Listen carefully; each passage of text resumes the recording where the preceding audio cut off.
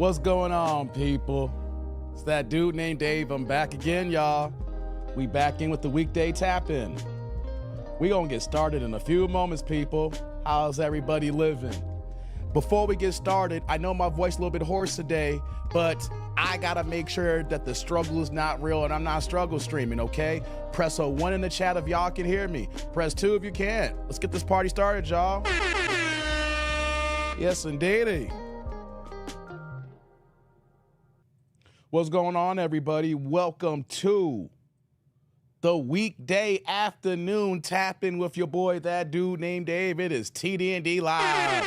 Oh, I'm so happy to be back, guys. You guys see, when my schedule opens up, you get more of me like we used to here, you know? Third straight live in a row. But before we get started here, let me just get the basic particulars out the way here. I need y'all to support the channel. I need y'all to support the grind because these lives don't pay for themselves, okay? So here's what I need you to do since I have a monetized channel. Super chat, super thanks, super stickers.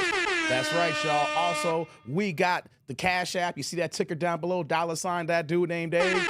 And we also got the memberships to support the grind because we got to keep the lights on. Also, if you guys can support in other ways as well, if you want to be a content creator, go in the description box below for StreamYard. You know, I've been in the game for 3+ years now. You can go to my very first video from February 2022 to now we're at the end of April 2025. And if you want to, you know, get started on being a content creator or you just want to do meetings, whatever the case may be, click on my affiliate link for StreamYard. You click on that, use one of the paid versions, your boy get the kickback here. Also, you know what I'm saying? I always say about I'm rocking with Temu, guys. Temu is one of the sponsors of this show here. So if you go in the description box below, we have multiple affiliate links for Temu, guys. So you know what that means? If you download the Temu app, we got 30% off your first purchase. And also after that one, of course, we'll have additional with the $100 coupon bonus as well. So shout out to Temu sponsoring the shows here. They've been sponsoring all of these live streams and all my videos since December. So salute to Temu. Guys, they don't just have cheap stuff. They have good stuff, affordable stuff. They even got some high-end stuff, but our people want to focus on the cheap and the low. But you know what, though? They got more than that. So if y'all need them discounts, you need that for the low, go ahead and holla at Temu, guys. All right, guys.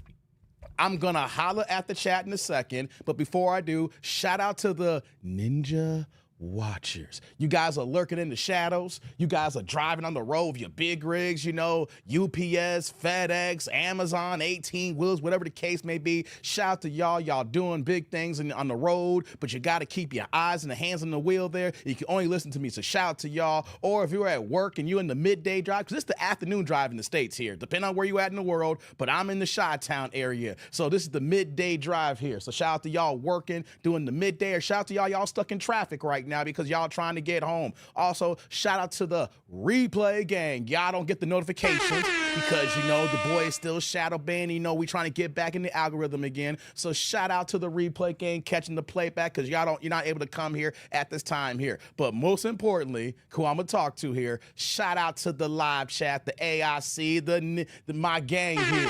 All right, the tribe members here. You know what I'm saying? So we gonna holler at the tribe real fast and we gonna get into it. And you see the title. You see the thumbnail, you know, I'm a little late on this, but better late than never, right? We're going to talk about TRACEE Ellis Ross, y'all. Oh, yeah. You know what I'm saying? I didn't get a chance to talk on it last week, you know, but hey, you know what, though? Content is content, you know, and it's still relevant, so we going to talk about here. But before we get to it, let me just see who's in the chat, and then we'll get to cooking, right? So shout out to y'all. You know, let me go to the top of the chat here. My man Derek was first in the building. Man, you beat Pooh Man, Derek. He says, my brother Dave, you've been cooking. Keep it up. Yeah, hey, guys.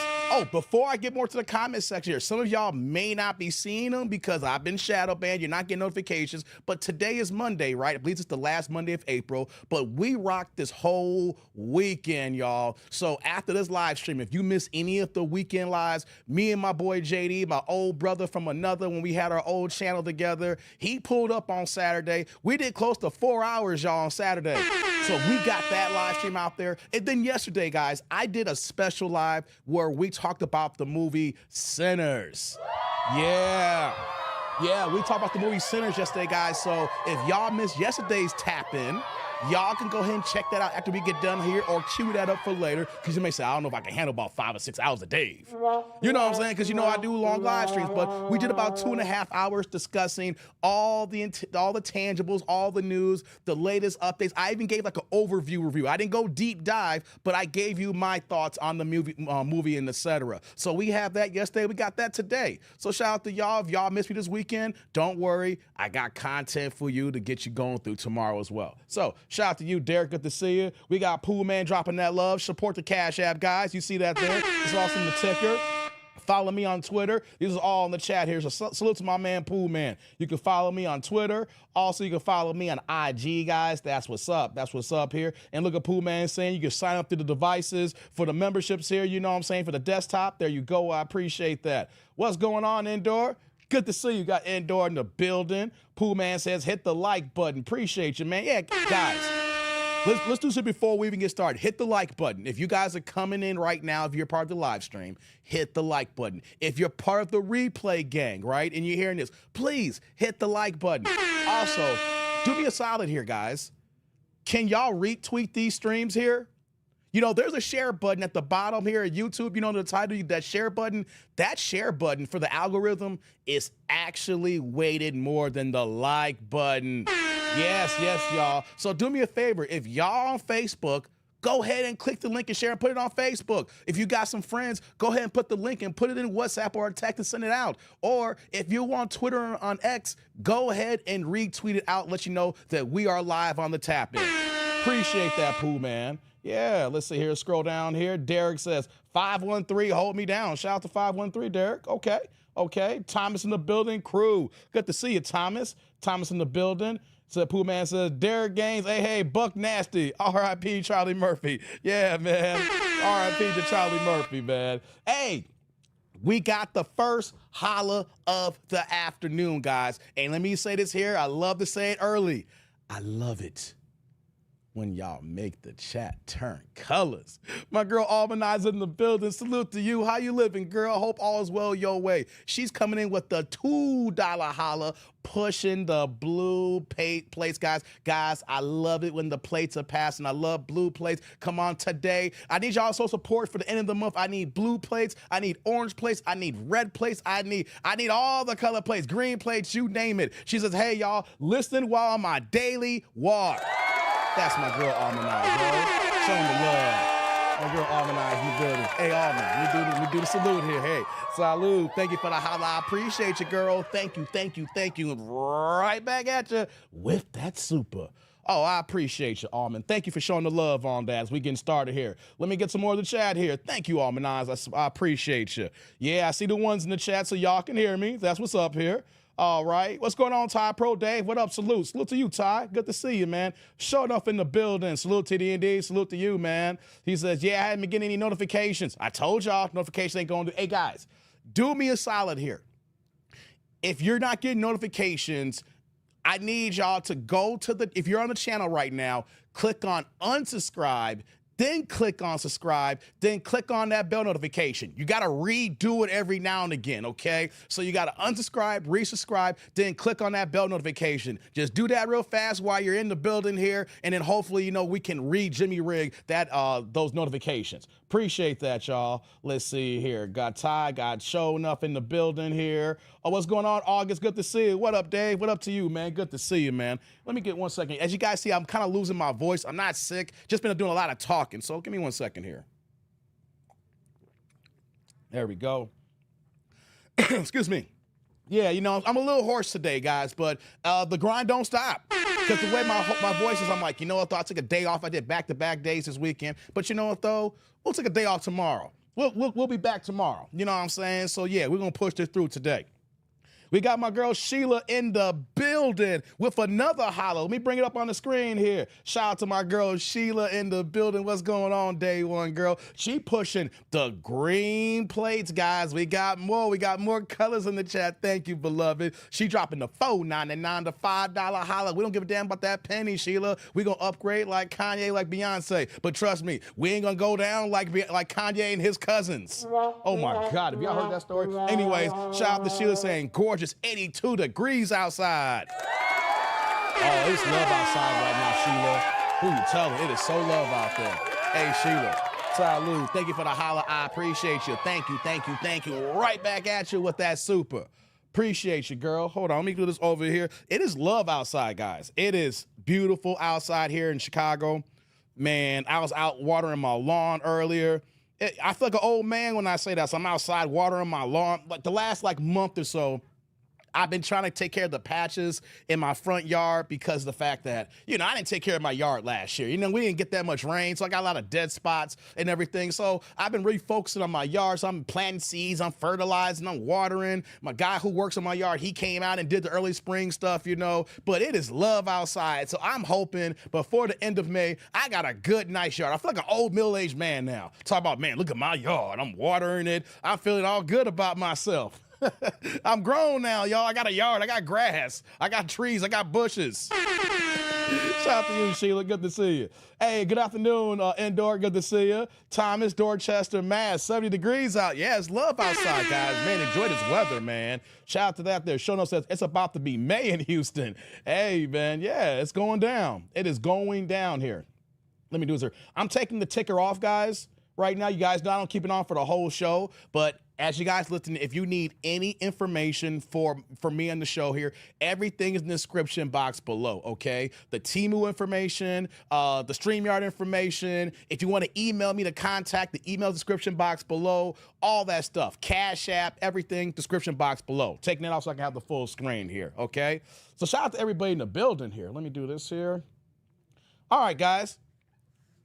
I think it's time to have a discussion. We're going to get right into it, guys. We're going to get right into it. I don't want to mess around here. Let's get right into it here.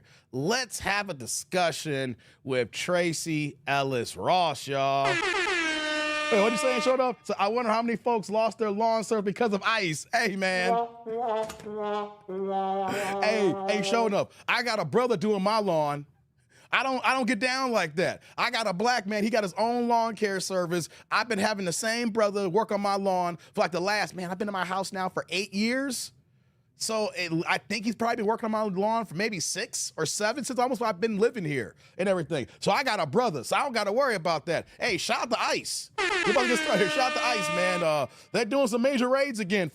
I got a troll who keeps coming with the old subject matter about ICE and deportations. The dude's obviously Latino, heritage, whatever. And every now and then he come in the comment section on random videos talking about, yeah, what about the deportation? What about ICE? It could be a Kevin Samuels reaction video from 2022. Hey, Dave, what do you think about the ICE deportations? Like, God dang it. You know what I'm saying? Showed up. These dudes are crashing out right now. You know what I mean? I'm like, yo, why you trying to get me to go fight your battle for your deportations? Okay? Yo, you handle your business. You hold your own nuts. I ain't talking for y'all. When ICE come for y'all should have had y'all paperwork together. You know what I'm saying? Oh, man. Sheila says, we do our own lawn. My cousin does our lawn. Okay, that's what's up, Sheila. Showing said, facts. I always done my own lawn, but since my accident, my nephew been coming through. Yeah. Derek said, yo, Dave, I be ninja watching, so let me say this. Toot. Oh, Lord. You know what, Derek? I don't care if you're ninja watching. It's been a long time. It's been a long time, Derek. Should I take your wrench, Derek? No, I'm not gonna take your wrench. But you know what I'm gonna do? Put your black ass on timeout. It's been a long time since we timed Derek out, guys. We let Derek get too comfortable. We let Derek get too comfortable because, I had too many weeks, where I was missing in action and I wasn't doing no videos. And then I get back, I was giving him the reprieve. And here he is starting the shenanigans. Oh, my bad. The dick-nanigans. So you know what, Derek? Go ahead, take that 5 minutes. Think about all the bad things you've done in your life. And I hope you come back better as a new man. Thomas says, when ICE comes around, they should be blared Vanilla Ice, Ice, baby. Hell yeah, man. Is a Derek going to the corner. Yeah, Indoor, Derek going to the corner. Yeah. So Derek, go ahead. You can ninja watch in that silence, okay? My uncle has his own landscaping company, so he does it free of charge. Oh, that's what's up, dog. I can't do lawn work like that. You know what I'm saying? I have bad allergies. So even when I was younger, my dad was trying to get me to do yard work at our old house growing up, and he realized, oh, this boy gonna die of allergies and sneeze if I let this boy keep messing in his yard. You know what I'm saying? So I hired Black. Okay, you can't talk about me. He's really good. He comes here, gave me a good rate. You know what I'm saying? He takes care of the lawn, front end, backyard, trim up the hedges. You know, I'm gonna need some work with the trees in the backyard. You know, so shout out to the Black man. You know what I'm saying? You don't gotta pay Latinos a slave wage to get your yard done. You can go ahead and hire a brother and pay him a fair wage, y'all. Come on now. Hey, what's y'all saying here? Derek at the little kids table. Yeah, Tier Orlando. What's going on, Tier Orlando, my resident hater? Yeah, Derek got to go in the corner. T&D sensitive ass can't be outside without breaking out. Forget you. Hey, know what, Tier Orlando? No, Tier Orlando, I'm feeling froggy today. So you know what, Tier Orlando? You get a minute too. Tier Orlando, you get this work too as well. Tier Orlando, you take a minute and you think about all the bad things you've done in your life and come back as a new man, okay? Hey, yo. Hey, guys, don't play with me today. We want to get started. I'm talking about TRACEE Ellis Ross today, so don't play with me today, y'all, because y'all gonna get snatched up, okay? Yeah, that was for you, Tier Orlando. You've been talking extra greasy. There you go. Come back in a minute. Showed Up says, let me find out Derek is related to Myron Gaines. I'm banning your ass. Oh, shut up. Don't tell me that, man. If anybody here is a fan of Myron Gaines or related to Myron Gaines, please jump off a cliff and kill yourself. Okay, do that. What's going on, Roderick? Bermuda and Miami in the house. Shout out to you, brother. Good to see you, man. Got Roderick in the building. Let's see here. Yeah, that's right, Indoor. Tier Orlando go in the corner too. People gonna go in the corner today. They never learn, says Thomas. You got that right. Boom goes the dynamite. All right, guys, let's get started here. We'll just have a little fun. I was about to get started. And then y'all kind of maybe change the subject a little bit here. If y'all didn't have me change the subject, none of y'all would have got timed out, okay? So when y'all come back as new men, okay? All right. Let's get started, y'all. Y'all ready? Press ones in the chat. Let's get this party started. No long stroking. We're going to get into it here. Let's have a conversation about TRACEE Ellis Ross, y'all. Now, I know she did. Everybody was talking about this last week, and I didn't get a chance to talk about it, but better late than never, right? Likes up in the building. Let's get this party started here. Put your nose on the wall, yeah. So let's get started here, y'all. Now, we know TRACEE Ellis Ross was on Michelle Obama's podcast, on her YouTube channel, guys. I gotta say this for the record. This is not the politics podcast here, right? But I just want to get this out the way right now in the beginning. If the Democrats think that Michelle Obama can run for president, this podcast, which everybody does here, people start a podcast to get their pulse on the people to find out how they move and things of that nature. And if Michelle thinks that she's going to run for president the way she started this podcast here, she going to crash and burn just like Kamala Harris, guys. All right? She going to crash and burn like Kamala Harris. This podcast is horrible. This YouTube channel is horrible. We're seeing the real Michelle Obama, okay? Every situation, a chance she gets, she is throwing shots, throwing shade at Barack Obama. This is not me putting the cape on for Barack Obama. It's looking at the fact that she is finding every possibility angle to throw a little shot, slide to get in, how she trying to get in here, right? And then all the things that we're seeing from her, how she's trying to validate herself, we're seeing that she is out for attention. She is out for it. That's why she did not go to the inauguration in January. Because if she went to the inauguration in January, she would be just like all the other first ladies. She didn't go to spite Barack, because whatever they got going on, and knew how that would look in their household with their marriage. And she put all the focus on her so that she could be the focus of attention seeking. We ain't gonna forget that. We saw that first in hand here. And the one thing that we don't need is a woman coming into office seeking attention when it's not your attention to be seeking in that exact moment, guys. So this is not the politics podcast. I'm just saying, if you guys have got a chance to check out her YouTube channel, the numbers are showcasing the people don't care what the hell she got to say, y'all. The people do not care what she's talking about. And if they did care about what she's talking about, the numbers would be better. The viewership would be better, okay? And then having her brother looking, what is her brother? Is that her brother? Is that her cross-dressing sister? Allegedly. I don't know. This ninja look like he wears lipstick and everything. I don't know, man. I look at him and I'm like, hey, I don't know what's going on in their household, but hey, it is what it is. You know what I mean? T. Orlando says it rubs lotion on the skin or else it gets the hose again. Kill two birds with one stone podcast. Yeah. Gladly says, exactly. Michelle Obama's to win the presidential election. Exactly. Dave and Sheila support your fellow Illinois people. You too, T. Orlando.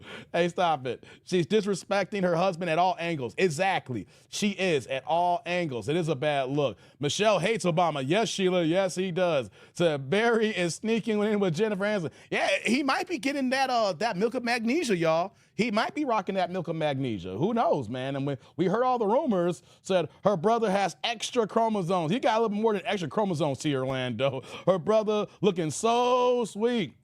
Yes, Barbara Bush. Hey, okay, guys, let's get back into it now. So TRACEE Ellis came on the show to talk about relationships, talk about why, she's single, why she doesn't have any kids, what relationships look today that differs from yesteryear. And also in the same notion of this podcast, trying to give young women advice on how to move and not to look at yesteryear as advice here. And I want to say this for the record, y'all, because we got ladies in the chat here, whether y'all ninja watching or y'all be talking, right? And then on top of that, too, we have women that come from the replay gang. Not just the fellas, but all that, right? How is it that people are actually listening to advice from a woman who's never done anything before? I mean, think about it here. Why would young women take advice from a 52-year-old woman who's never been married, never had kids, but seems like they act like they have all the answers when it comes to relationships, when it comes to men? Excuse me. Because we're having the same conversation with TRACEE Ellis Ross at 52 years old. If we look back, we were having the same conversation 5 years ago when the Godfather, rest in peace, Kevin Samuels, was talking about TRACEE Ellis Ross when she was 47 years old. The boss babe chick, the woman who was independent, the woman who thinks that she don't need a man, or the fact that the man needs to be on her court, need to be on her schedule, need to be on her timeline. And if a man can't be on her timeline, that man is toxic. That man has masculinity that's not good for a relationship. That man does not know how to treat a woman. Hence, what they think they're trying to say to us. Pooh Man says, she literally proved Kevin Samuels right. Yes, we're seeing that here. But in this interview, I'm not going to play the whole interview. Fair use.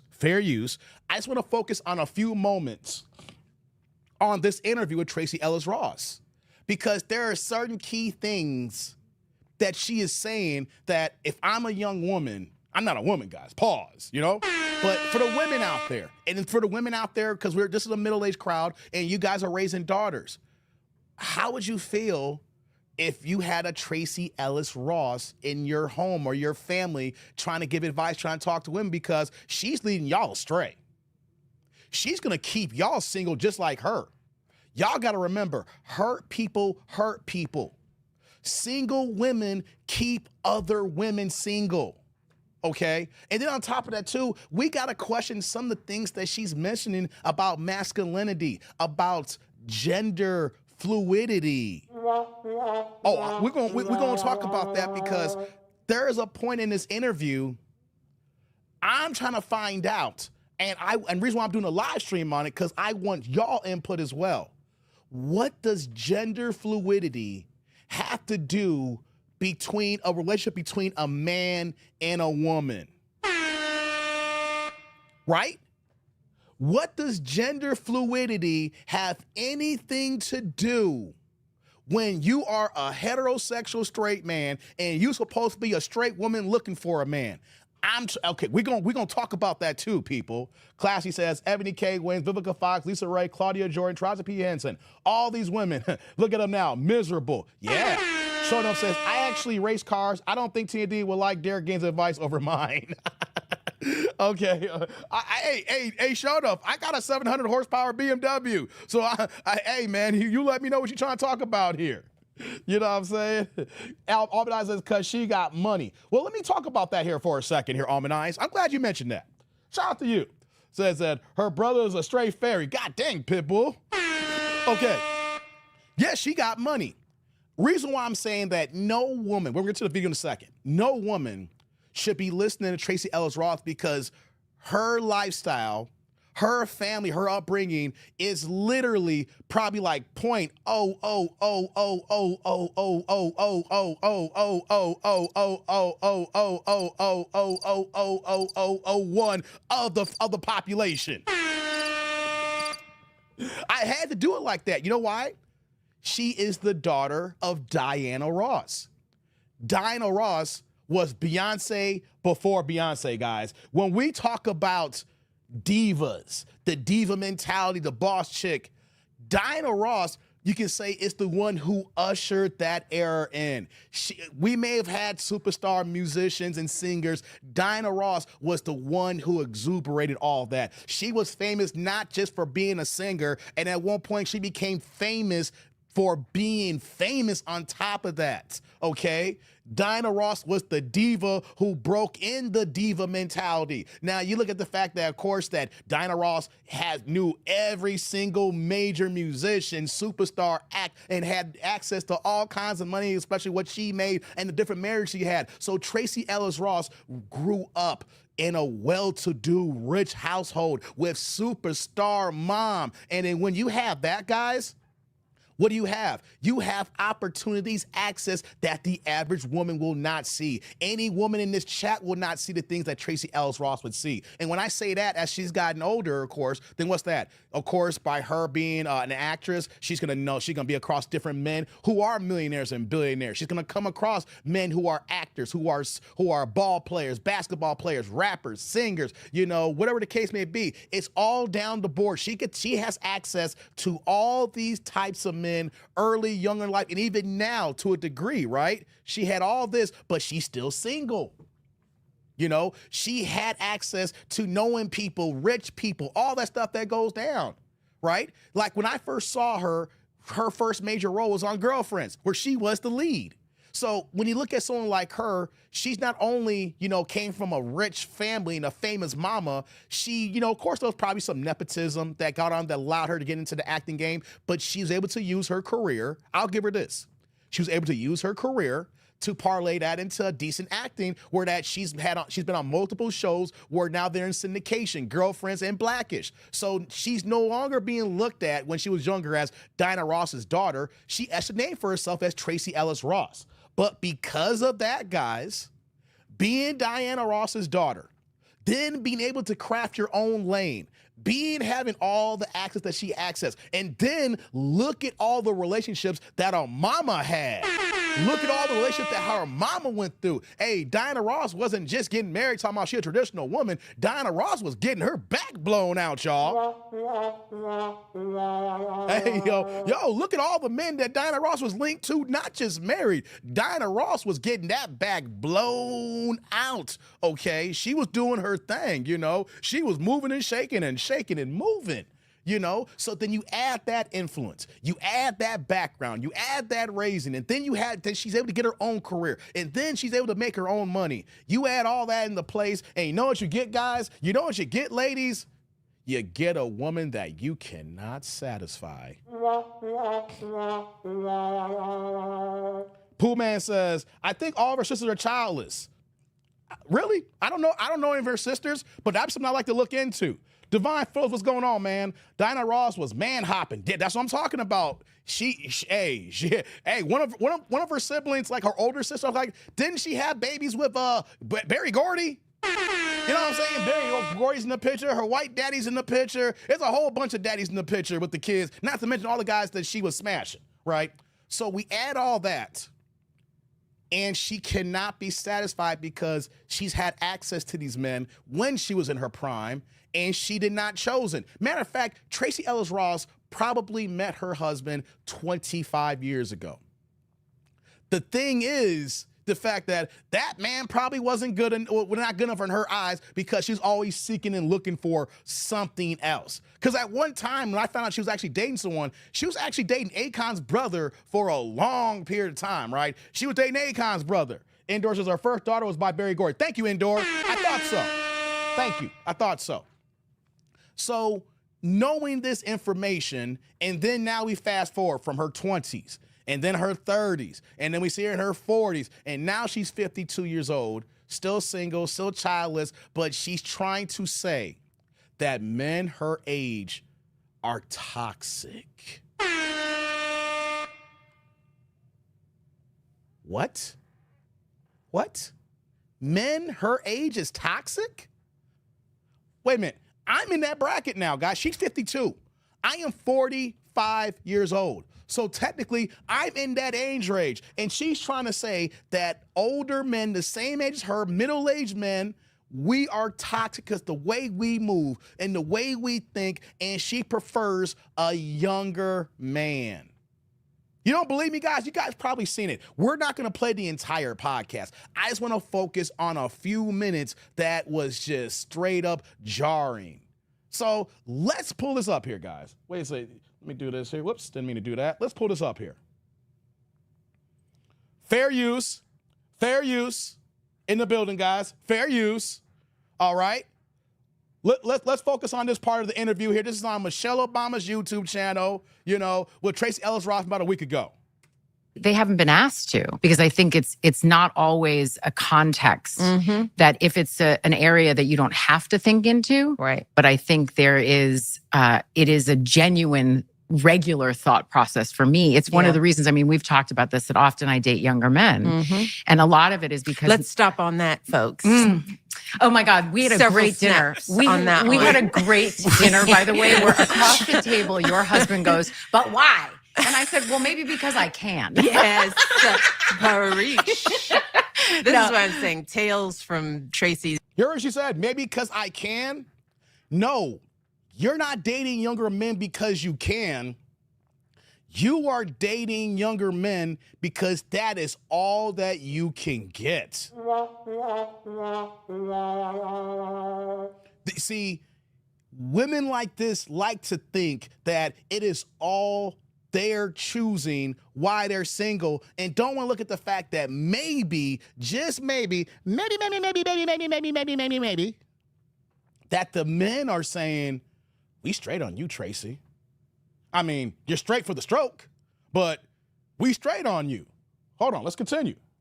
It's fun. It's very fun to share. Tracee tale. But you date a younger woman. But one of the reasons, though, that, because I had to ask myself that question, I was like, what is this about? Yeah.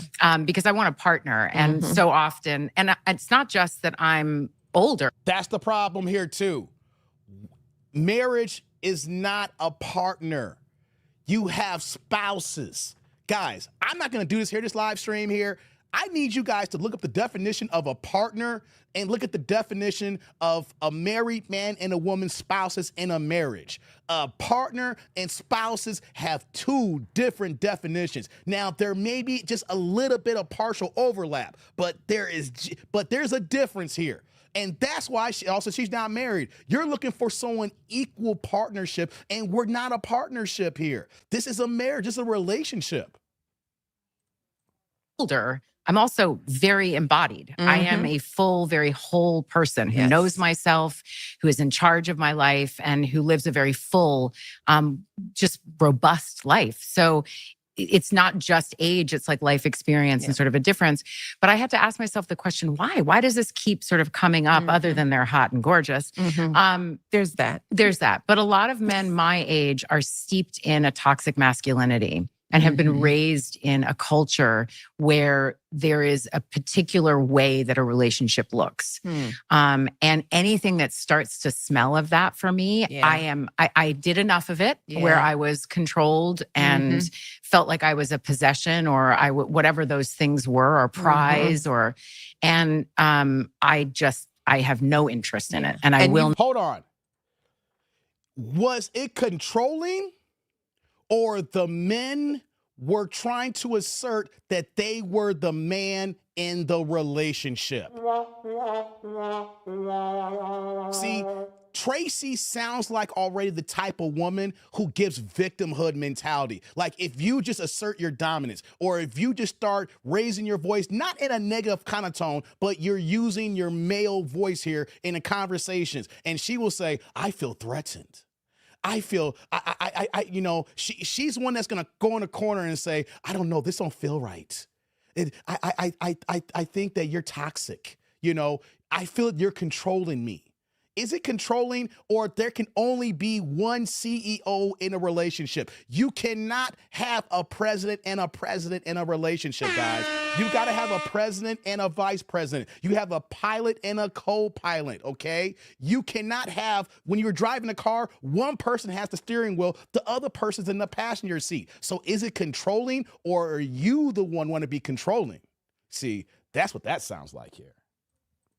Will not do it again. I'm sorry. No, Craig. I was going to say, it's a generational thing. So it didn't matter how you met them, or is it just kind of the guys you're meeting? That's obviously Too big of a generalization. It's a generalization, Yeah. but because I have dated men my age, there is a difference. There is an openness that occurs with a younger man around whether it's gender fluidity or not even having an issue with homosexuality. I mean, something as basic as that. Right, yeah. That there's Wait. That's what I was talking about earlier, guys. This is what I was talking about earlier here. Hold on, guys. Guys, hold on. Let me go to the big box. Let me go a little bit bigger box. Big box. Let me the big box. Okay, check this out, guys.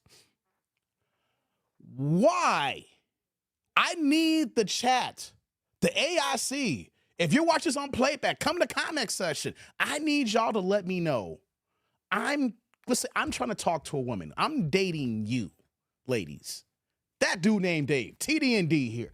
I'm talking to you. I'm having phone conversation with you. I'm making love on the phone, okay? I'm sending sweet nothing text messages, okay? I'm taking you out on dates. We going to Pound Town. We taking trips, things of that nature. We're doing things that couples do. What in the hell does gender fluidity and homosexuality have anything to do if I'm a straight man and you're a straight woman and we're having natural heterosexual sex? What does somebody outside of your relationship and your community have anything to do with one-on-one relationship here? You know what this is, guys? This is now not only just about relationships. These are the black women who are knee-deep, blue no matter who, of the Democratic Party that basically want to incorporate their politics with their relationship, saying, we got to help other people. We got to help the migrants. We got to help the illegals. What about the rainbow community? I don't give a damn about that. I'm trying to focus on me and you, girl. I don't care about some other people. Me and you. I'm trying to figure out what we're going to have dinner tonight. You want steak or chicken? Baked chicken, smothered chicken. Pork chops, smothered. Cabbage. We going out to eat it. We're going to have it delivered by Uber Eats. We're going to have some pizza delivered. I'm trying to figure out this next trip here. I'm trying to figure out where we're going on vacation so you can get some sun. Things of that nature. Why in the hell is she mentioning older guys are just, they're masculine, their toxicity here, and just simple things about gender fluidity? What gender fluidity? TRACEE, are you trying to tell us something here? Because when we talk about gender fluidity here, a man ain't gonna trip if a woman in a relationship says, we could bring another girl, daddy. We could bring another woman in the bedroom. Okay, let's bring another girl in. Yeah, she can't be number one. We can have a little playtime. But if you know your girl, you'd be like, nah. As much as that sounds tempting, I can't bring another girl because you're going to be jealous as hell and we can't move like that. You're going to be jealous as hell. You ain't going to move like that. But you know what I'm saying? No guy's going to turn down if your woman wants to bring another girl from time to time. But with gender fluidity and talking about homosexuality, is she talking about her bringing another dude in the bedroom? What are we talking about here? What does this mean here? Hold on. Let me play some more, guys. I'll get y'all super in a second. Let me play some more here. There's times where I'll be, sitting across the table from somebody and just like, what did you just say? Yeah, what century are you? Like, oh my God. Where's your horse and buggy? Yeah, like, I'm so sorry. And your bedpan. Yeah, for real. Chamber pot. Yeah, your chamber pot. Your chamber pot. Like, where I'm just like, yeah, this is not a match. Yeah. And I have long been past the age where I feel like it's my job to teach somebody or grow them up. Yeah. That I'm not interested in. So Wait. You guys, did you hear that? Why does TRACEE Ellis thinks that she needs to teach a man or coach them up? Why does she think she needs to coach a man up? This is what she's saying here, guys, when she mentions that.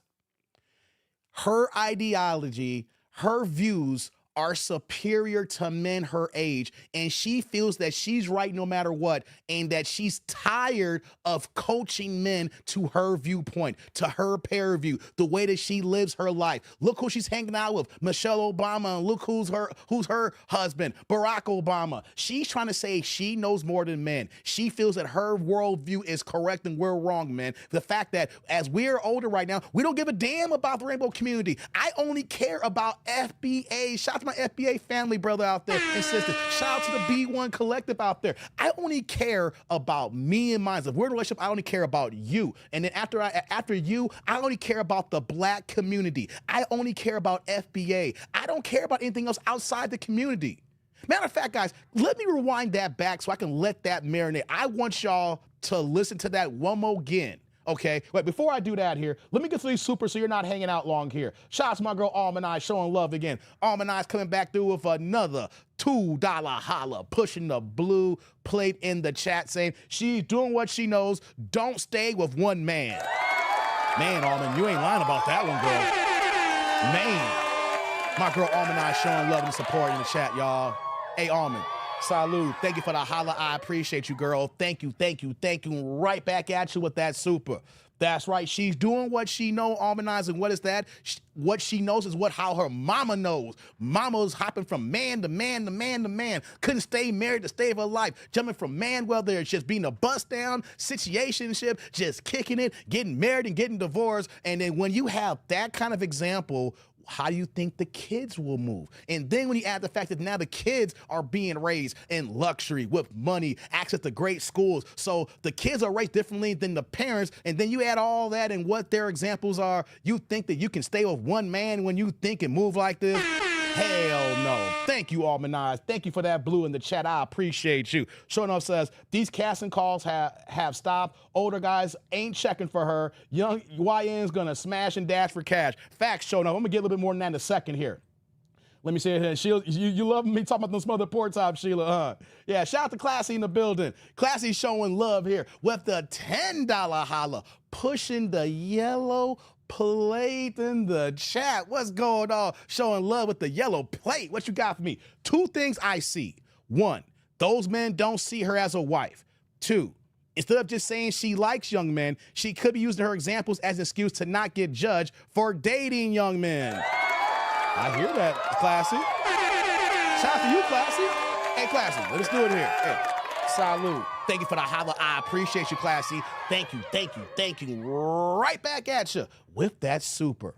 We're going to talk a little bit more about that, Classy. I like the way you're thinking. I'm seeing your comments, and we on the same page here. She basically can only date these young men or talking ill about the older men. And we're going to get deeper into it because men her age has dismissed her. Men her age, which is in my collective, I'm in that age bracket. We all said, we can kick it. You know, we can have a night, but to take you seriously as a full-fledged relationship, knowing your background, why would I take you serious? Exactly, Classy. Appreciate you. All right, let's scroll down here. Let me do this here. There we go. Whoops. Let's see here. Almanac says pork chops, cabbage, and what are we doing the fun in the sun, Dave? Hey, that's how I get down. You know what I'm saying? Give me some smothered pork chops, almanac, some cabbage, and what are we doing for fun? Hey, yo, I'm in Chicago. There's tons of things to figure out in the shot. All right, that's nothing but a word, especially now we get into May right now. The weather's nice. Hey, we can do some rooftops. We can get some drinks at a lounge. You know what I'm saying? Hey, man, there's so much things to do. Larry in the building says, as an OG, one of the most important things I've learned is that the past can make you bitter or humble. TRACEE is what Sister Ali said. They stop maturing past the age of 14. Facts, brother Larry. You are an OG, man. You understand that completely. Endorses FBA all day. Thank you. Exactly. Larry says, so if a man has a different opinion, he's toxic. Typical sign language. Exactly. That's what we're getting here, Larry, guys. She even said, I'm generalizing. But that is shame, insult, guilt, and the need to be right. Sign language, guys. And she incorporated that already, guys. What's going on, M. Jones? Good to see you. T. Orlando says her mom was an OG bop. Facts, man, no doubt. Yes, thank you. Let me get this other super here. Shout out to my man Divine Photos coming in with the $2 holla, pushing the blue plate in the chat. What you got for me, man? Says like mother like daughter, she will stay single 100. Hey, man, that's a fact. My man Divine in the building. Hey, Divine. Hey, salute. Thank you for the holla. I appreciate you. Thank you. Right back at you with that super. We seeing how it works here. You see how, as parents, guys, as we get older and if we have kids, our influence is going to impact our kids. If we don't set the example of relationships, they're going to see it as a negative and they're going to move in a whole different direction. You may have been like Diana Ross and been getting man and getting married, but then when you raise a daughter, that daughter sees all that and say, I'm not even getting married, or I'm going to choose and wait. And we see what happens when you get half past $100. You're 52 years old, which means you're halfway there to that 3-figure. You're halfway there to that hundo. Sheila says, I think Dave won us over with them smothered pork chops. Thank you, Sheila. You know how I get down. You know how I get down. Exactly. Don't tempt me for a good time, sir. I hear you, Alvin. I hear you. It's a good time. I'm always about a good time, girl. I'm always about a good time. You know, M. Jones says, TRACEE is beautiful, especially in her prime. When she was on Girlfriends, could have had almost anyone, and could have been happily married with grandkids. She could have had it all. M. Jones, that's why I was saying here, at 52 years old, her peak was Girlfriends. Girlfriends was on for like 6 seasons. That was her peak. And I guarantee you, when she was on that show, now, she ran into her husband easily 20 years ago or 25 years ago, twice, 3 times, 4 times removed. Because even though that she's in that bubble in Hollywood and the entertainment industry, she has access to all the well-to-do men, all the wealthy business owners, all the athletes, all the entertainers, as well as she wants to get a regular dude. She can get a regular dude, or she can go to the top because she has access. And what are we doing here? She's sitting here with her struggle cornrow braids on, talking Michelle Obama, talking about how she's happy being single. Let me rewind it back here again, and then we'll get a little bit more back into it here. Hold on. Are hot and gorgeous. Mm-hmm. There's that. But a lot of men my age are steeped in a toxic masculinity and have been raised in a culture where there is a particular way that a relationship looks. And anything that starts to smell of that for me, I did enough of it where I was controlled and felt like I was a possession or whatever those things were, or prize,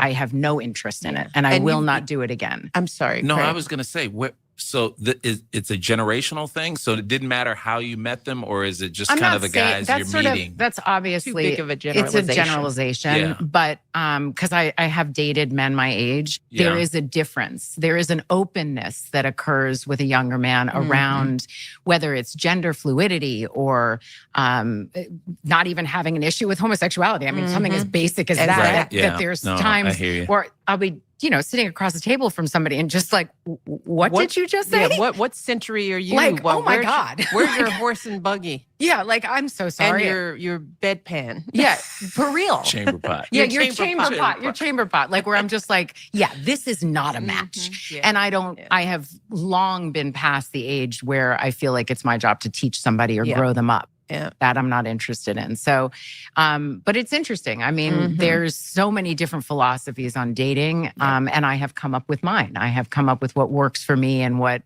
makes sense for me and what feels safe for me. Yep. Wait a minute. Hold on, guys. Hold on. She just said she came up with a philosophy that works for her.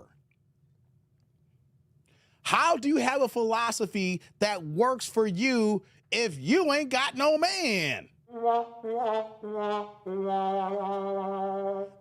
Something has to work to be a working philosophy.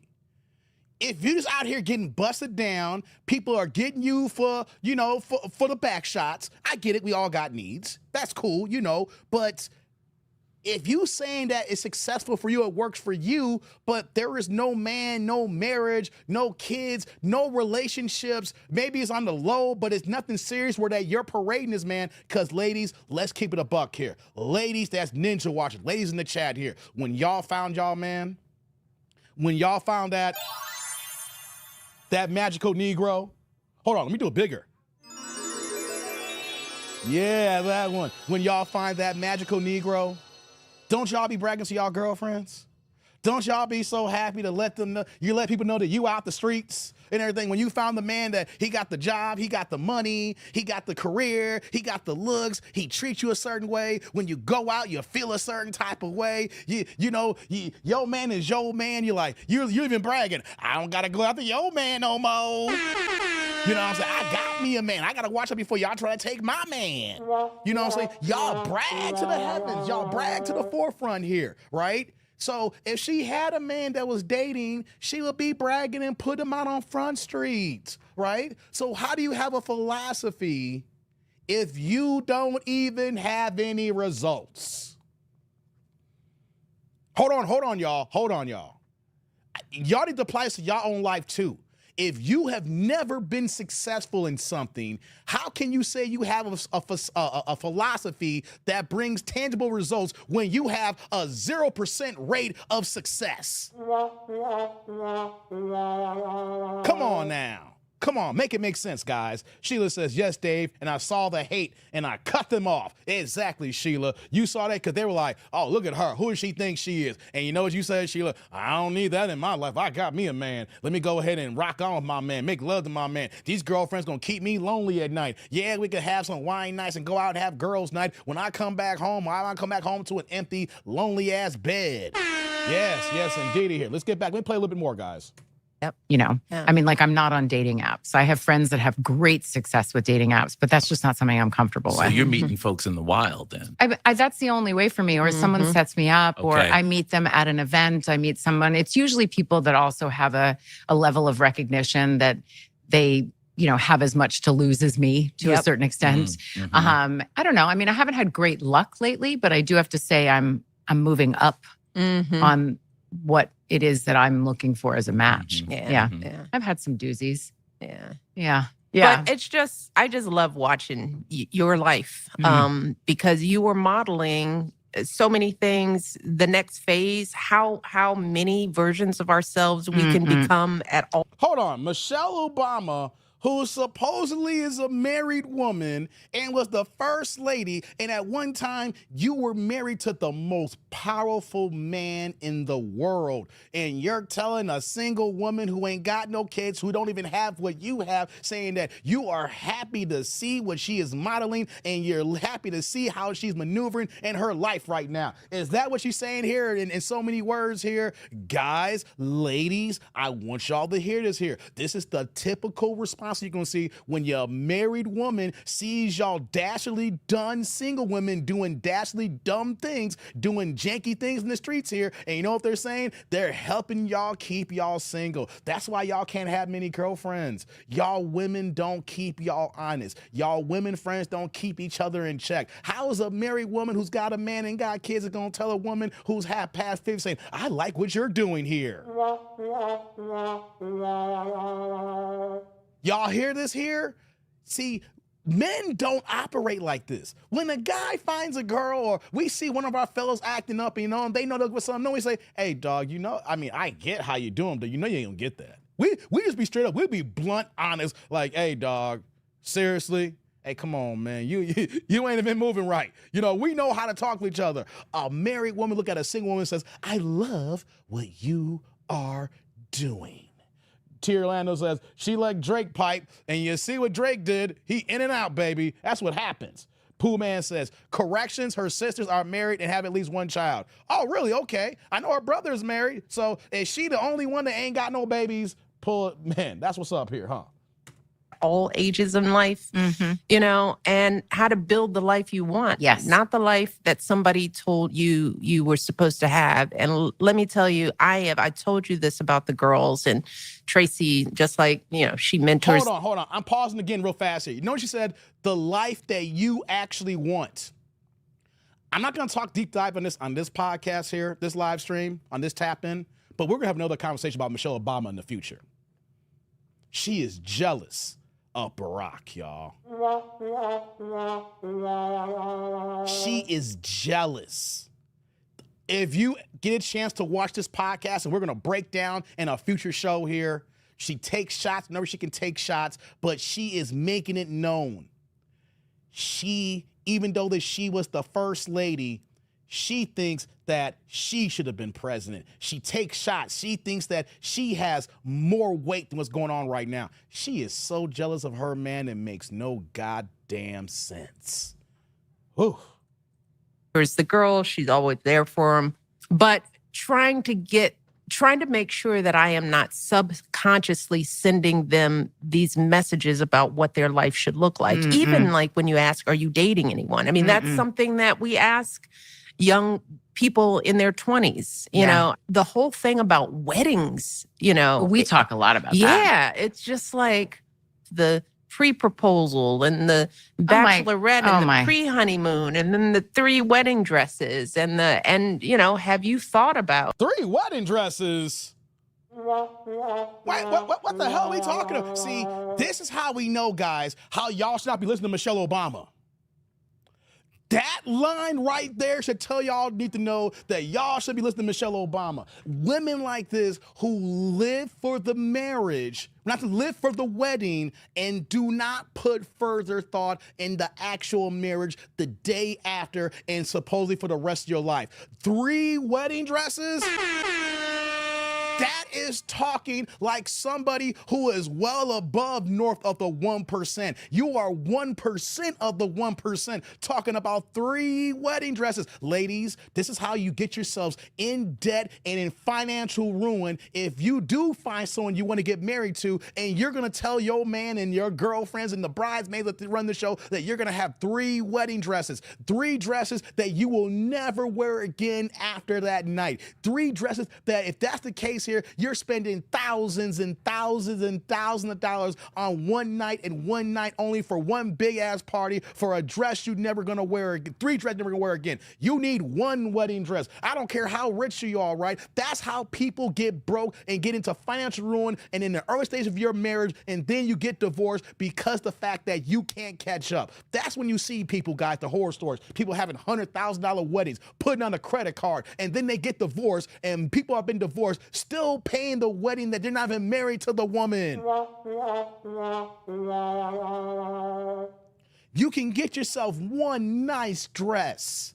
Okay, ladies, unless you're rich as hell like Barack and Michelle Obama, that's one thing. But they are not talking to the 99.9% of the women population, the men population, especially in the black community, talking about 3 wedding dresses, the pre-proposal, pre-proposal? I never heard of a pre-proposal. It's called I got on one knee, I gave your ass a goddamn ring, and now we're engaged now, that's proposal. I ain't do no pre-proposals. This is the thing that women are doing to ruin relationships and ruin marriages. If I'm a guy hearing this, I'm like, I'm gonna be on the hook for this? I'm gonna be on the hook for this? Oh my God. Oh my God. So that black man stay talking about some women. Sis, how about this then? If you got a problem with what I'm saying or think there's something wrong with what I'm saying here, click the link and we can talk about it, because I want someone to refute what I'm saying here, or I'm just striking a nerve because you don't like what I'm saying here. If you think I'm talking to be talking, prove me wrong. in this conversation. I'm not talking to be talking here. I'm willing to have a dialogue if you want to click the link then. Talking about blackness, they talking on some women ish here. We're talking about relationships. This is not just siloed to women. This is to men and women because they're speaking on men. A 52-year-old woman is speaking on why she's single. So if you got a problem, take a bite, click that link. Don't just be a keyboard warrior. Come on in, baby. We ready for it. We ready for it. Sheila says, I got married at the courthouse and I had a small 85 people reception and it had no kids invited. I hear that. Showing Up says, Black women stay talking about men. Exactly, Showing Up. See, the person that came and take a bite saying that I'm talking about it, but what is Michelle and TRACEE doing? They're doing the exact same thing. You see how hypocritical you are? You see how hypocritical, people, feminists can be? A woman is doing the exact same thing that you're saying to women, but when a guy's having commentary about it, we're the problem. Man, I guarantee you're probably a baby mama and bitter as hell too. But let's continue, guys. Let me get back to the video here. About the amount of money. Your 32 list items of who you want to marry, or are you more busy picking out your photographer? Yeah, it's interesting, that whole, I hope that is starting to dissipate culturally. So. I really do. I think social media is perpetuating some of those things in a really big way. But I did dream of my wedding growing up. And that's not to say that I didn't dream of the bigness of my life, but I could have spent a lot more time dreaming of my life. And as much as grief does surface for me around. I'm curious here. What is she talking about dreaming about her life here? Now we're going to get really deep here and serious, guys. And this goes for both men and women. Let's have a serious dialogue here before we move on. At the end of the day, what is the most important thing in human life? At the end of the day, we're born to our parents, we're babies, we grow to kids and then adolescent teenagers and then young adults into adults, into adulthood, and then, middle age, and we get older into our senior years. And then, we start from the beginning, peak, and then come back down until we come to the end of our days. When it comes to the end, when it comes to people, what is the most important thing? T. Orlando says money. Hold on. Before you get hit by T. Orlando gonna say money in box. I should have known. Why did I ask that question with T. Orlando in my chat? But everybody else answered it properly here. Family. Thank you. Family like Fast and Furious has shown up. Thank you. What I'm saying here is, at the end of the day, you are not your career. At the end of the day, you are not your job. Your career is part of the journey of your life, but it is not the only thing in your life. You know why, ladies? This is for the ladies, because of the feminist movement and what she's saying about y'all having y'all careers and think you're going to have it all. Because at the end of the day, we all age out of the workforce. At the end of the day, we come to a point in life where we cannot work. So at a point in our lives when we cannot work, but if you define your life on your career, when that day ends, when that day comes, how are you going to live your life then? When you die, and let's say that you're not cremated, you have a headstone, your career won't be on the headstone. They're going to have your name, whatever it is, your first, middle initial, last name, the year that you was, the date you were born, and the date that you passed away. And they'll say good husband or good wife or family person, whatever is the few lines, because how expensive it is to get a goddamn headstone and get that on there, right? So your career won't be on your headstone. Your career will not be remembered after you're gone. You know what will be remembered? Your family, your friends, and everybody around you in the relationship that you have. Yes, you need money to live. You need money to survive. Yes, T. Orlando, you need box because I know you need that ass. I get it though, right? But at a certain time in life, they may come in time, T. Orlando, you may not be able to clap cheeks anymore. When you can't clap cheeks anymore, box don't matter anymore. Okay? When you're lying on your deathbed and you're sitting in that hospital room, you may be coming back home, or you may be at a hospital, whatever the case may be. You're not thinking about the designer shoes. You're not thinking about that cold ass watch. You're trying to be as comfortable as possible. I'm saying all that to say, guys, when TRACEE is talking about, said, I dreamed about my wedding, I thought about my life, things of that nature. What is there extra that TRACEE Ellis Ross could have done with her life, being the daughter to Diana Ross, of millionaires on top of millionaires to combine, then she having her own career and being a millionaire, traveling the world, being an actress, being on top shows, being on red carpets, travel the world, meeting important people, hell, sitting down with the former First Lady of the United States. What more do you want? What more are you looking for? And you know what? She's not going to find it, because you can't please a woman like this, because she's always looking for the next, and there's always going to be something next, so you can't satisfy her appetite of whatever she is looking for, guys. So mine will say good lay.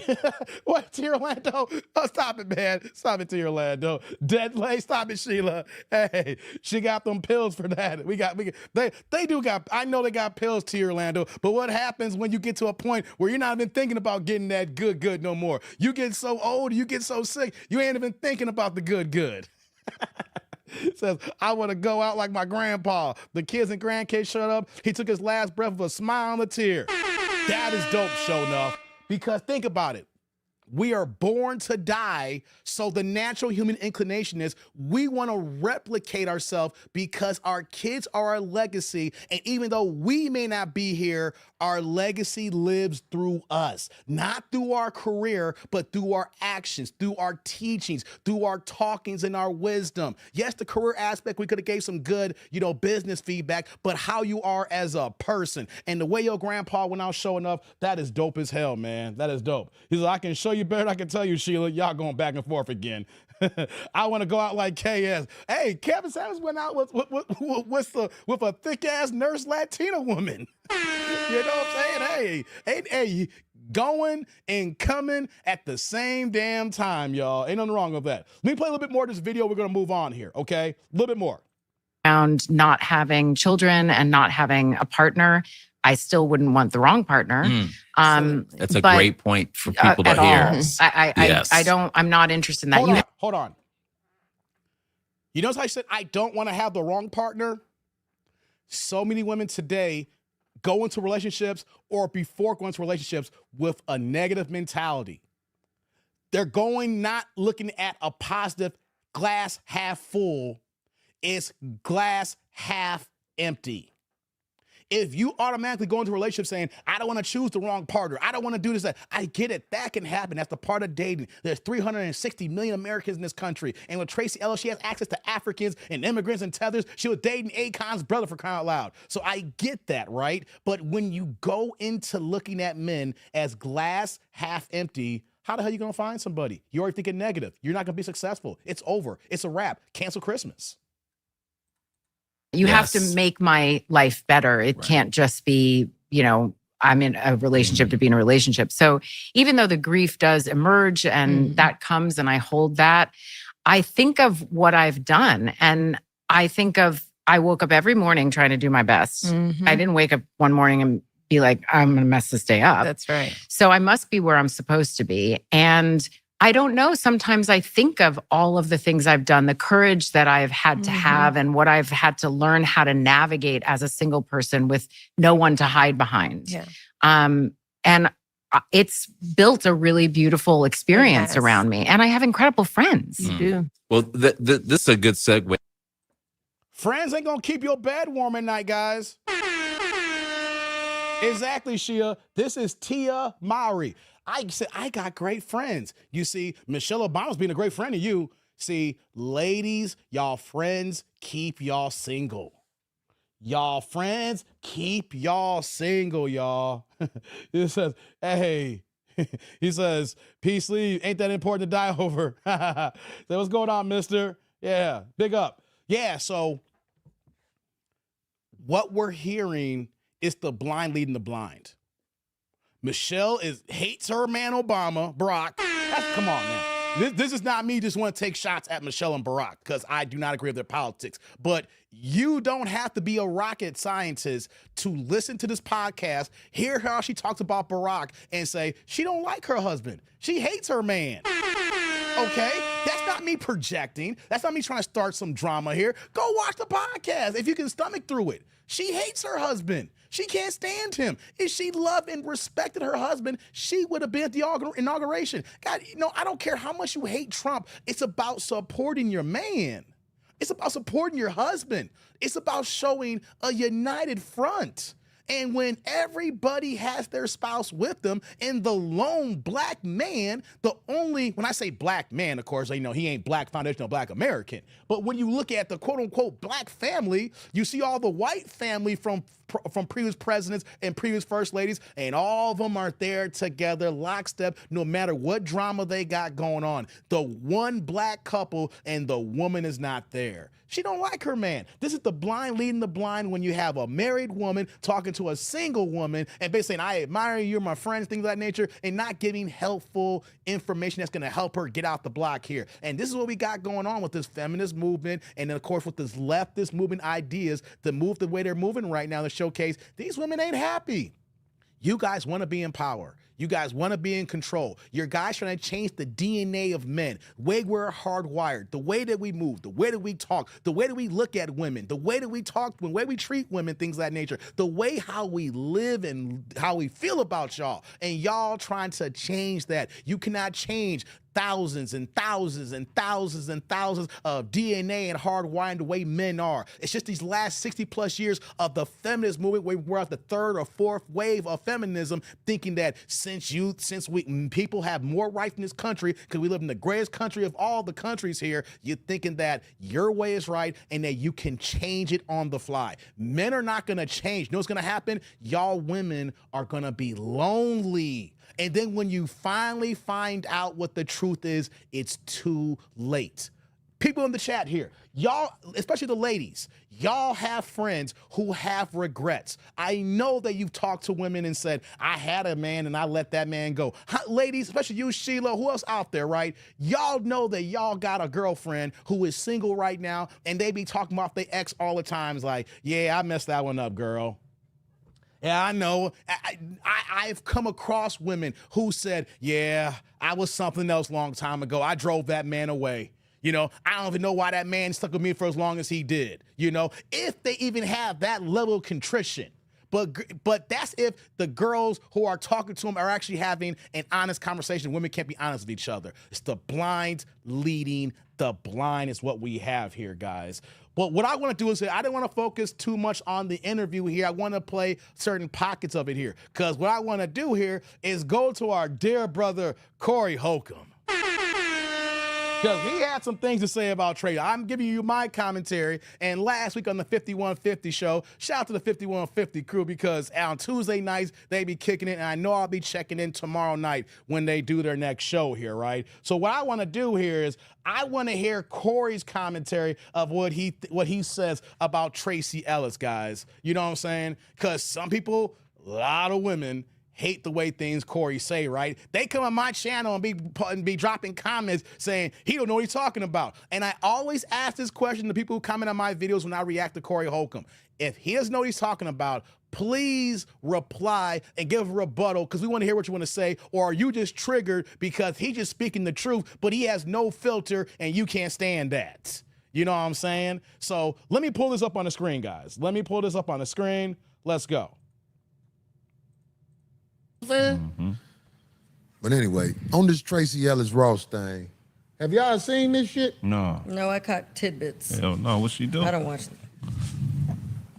Tracee Ellis Ross was sitting with Michelle Obama. Because, Obama, she got a podcast. With her brother. She wasn't there for her husband at Jimmy Carter's funeral, but she got a podcast. Anyway, just to make a long story short, Tracee Ellis Ross prefers to date younger guys because she say guys her age are into the male toxic masculinity type of thing. She has something to say about guys her age. She says she like them younger. She says besides them being, I'll just use the word adorable, you know, the younger guys. Adorable? She didn't use the word adorable. Oh, okay, I was going to say, ooh, that kind of She said the younger guys are like, you know, eye candy to her. But on top of that, she likes being around them. And she's 52. yeah, she's 52. And I'm saying it's like she's 52 and she likes dating younger men. Now, do I think that she's evil for dating younger men? Sort of. Sort of. I just hope she's paying like she's supposed to. Because if she's not paying, she's destroying them without paying the fee. Because what is an old big-ass bitch who motherfucker been out here in the game and nobody cuffed her and took her? See, I know a little bit about this woman. She used to be up at the Improv. Fucking with the homie. I ain't got to say his name. The homie fuck a lot of bitches. I give him his credit for that. The homie fuck a lot of bitches. I remember when the homie had the bitch was sitting there with her eyes bucked when the homie had another bitch and he talking to the other bitch that he that's with. my first time when I saw her. That's who then she was there with. Yeah. I've seen her before. So that didn't work. Want me to tell you why? Because she couldn't capture a man with options. She couldn't be like, I choose you as my queen. No, she fuck with motherfucker. Then I ain't gonna lie. Now this might be some shit where there's too much information. I used to see the bitch laying in Atlanta and hop in the car with No, she wasn't with Akon. She was with his brother. Thank you. She was with somebody said it, so now I can say it. Yeah. I used to see the bitch get out the car. I'm like, oh, she with Akon, brother. She straight. Oh yeah, you know what I'm saying? Yeah, it wasn't He him. didn't choose you. He didn't choose you. These were your prime years when you was passing the pussy out to boss niggas who got options to choose a woman who was virtuous. Hold on, let me pause there for Corey. Corey's cooking here, but he is spitting facts right now, and this is what I was saying earlier in the live stream. If TRACEE was able to get the man that she was looking for, she would have been cuffed by now. The issue is the men that TRACEE wants, the men don't want her because now she has aged herself out. And when she was in her prime, whatever how she was moving, she ran these men away to not keep her. So what we're seeing here is that, you know, someone in my chat even said she's posting thirst traps on IG within the last year. Yeah, she got body. We're not disrespecting that. And I want men to say, listen to this here. TRACEE is not going to have a problem finding a man to slap that ass. She is not going to find, she's not going to have a problem of finding a man that's going to go ahead and give her back shots, y'all. That is not the issue. The issue is, can she find a man to take her seriously here? And Corey's going to go a little bit more than this here, but by finding a younger man, she is robbing a younger man of his youth. Because at 52 years old, can TRACEE give a young man family and kids? Because if not, all that is just a high-functioning situationship. None of them chose you. So now, at 52, with your arrogant ass, you dating the puppies of the hood. Let me tell you something. These broads out here, especially the older ones, 45 and up, I'm gonna go that high, 45 and up, they good with dogs and elderly people, or they might mess with somebody who's young and impressionable, because that way they can be held up as they pretend themselves to be. But when you're around a man is gonna call you for who you are. Man, you ain't shit. I don't give a fuck if you're TRACEE Ellis Ross. TRACEE Ellis Ross can get it.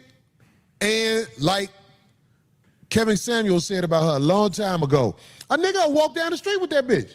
She's 52. Somebody was saying 60. It don't matter how old she is. She can get it, and a nigga might walk down the street with her. Even though right there, she looked tripped out to me. Let me pause that here, right? And I will say this here, right? The one thing about TRACEE Ellis Ross right now, and shout out to my black family out there. I know so that's the people who actually got mixed race. You know, you got a black mama, you got a white mama, you got a white daddy, or something like that. You got white blood in your system. as we look at TRACEE Ellis now, for her age, notice how I'm preference there. At her age, she has a nice body, but her face is Asian like the white side of her family. You know what I'm talking about, people, right? When you have a mixed couple, a mixed race couple, and then you have biracial kids, and then if you kind of hope, please take the black genes when it comes to Asian, when they're Asian and getting older, things of that nature. Because when you got a white daddy or a white mama, but the white genes are predominant when you get older, oh my God, when you age like milk. There's a reason why they say that. There's a reason why they say it like that when you got white people and it's Asian like milk. Yes, you know what I'm saying? So she got body. What Corey is saying is correct. Someone will walk down the street with her. Someone will hang out with her. She seems like that she had the personality that if you were hanging out in a nice vibe environment, she might be fun to kick it with. But at 52 years old, if she is something you take seriously, where that you want to spend the rest of your life with, where that she's going to allow you to be the head of the household, she's going to allow you to be a man, she's going to allow you to be the husband, she's going to allow you to be front and center, because there can only be one CEO, but it seems like TRACEE wants to be the one who runs the show, guys. Just like somebody I know. That bitch look crazy right there. Oh, wait. That's that face. Oh my God. Like these women, she look, I'm trying not to say it. That's a drag queen type picture right there. Man, Oh, wow. Yeah, that's I seen her. She look like, you be like, what's your name? She'll be like, Julio. Leo. She look like she got her own language. She just like she just be. That's a makeup picture right there. Yeah.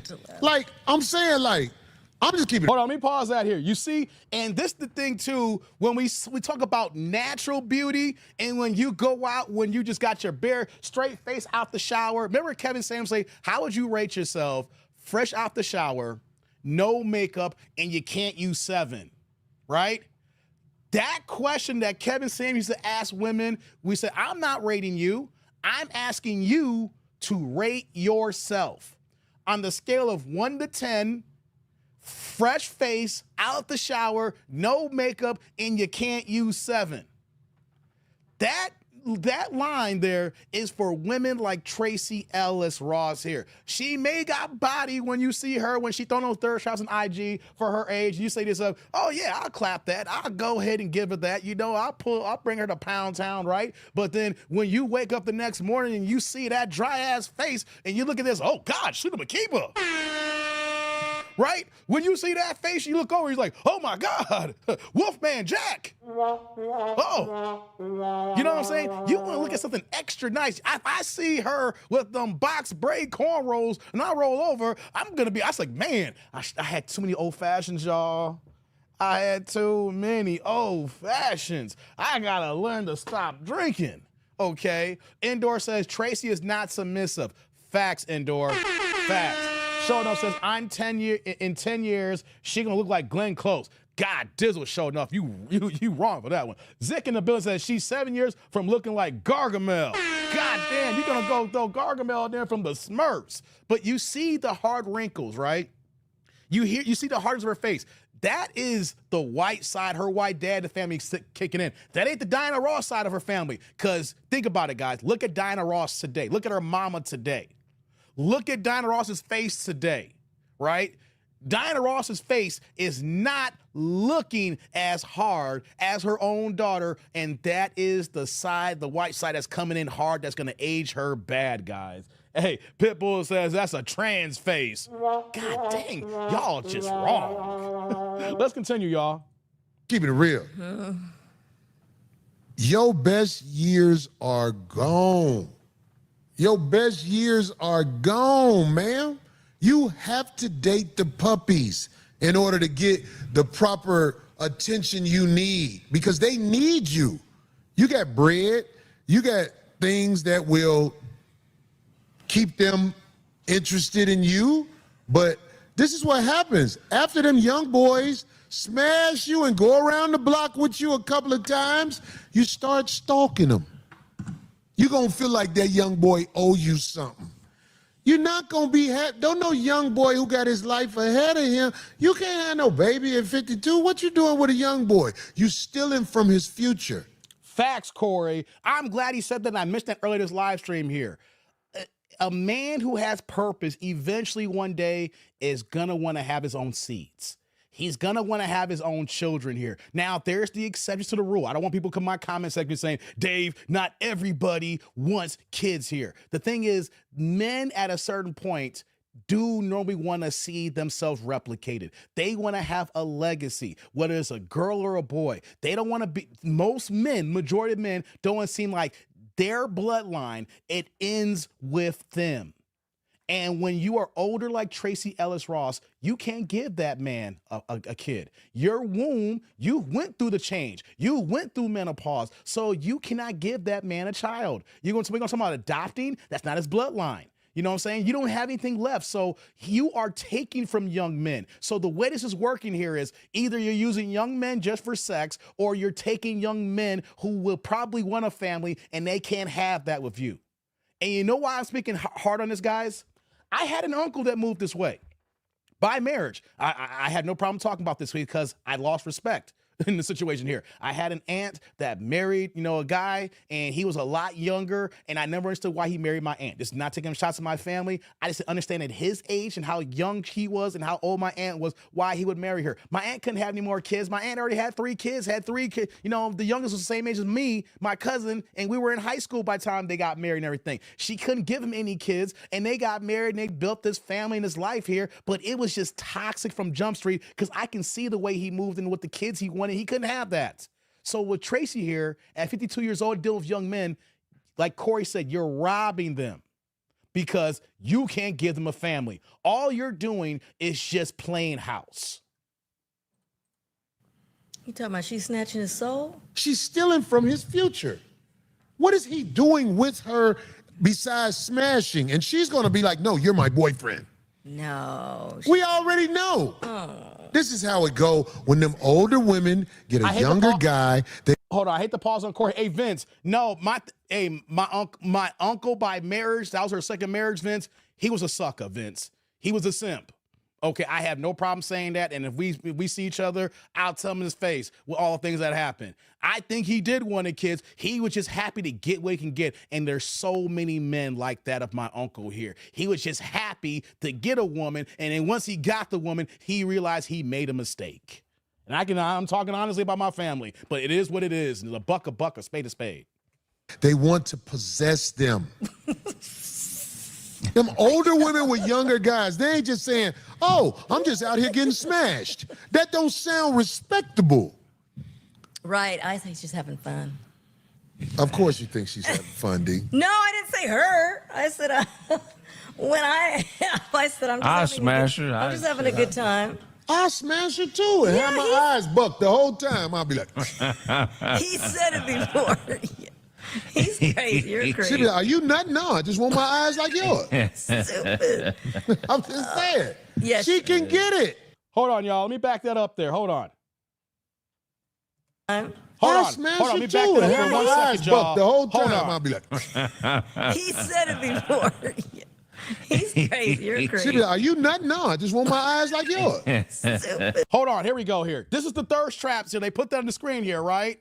Said Corey's ignorance is indoor. But look at these thirst traps here, right? If you guys are in the bedroom and the lights are off, she's got body to get the work done, guys.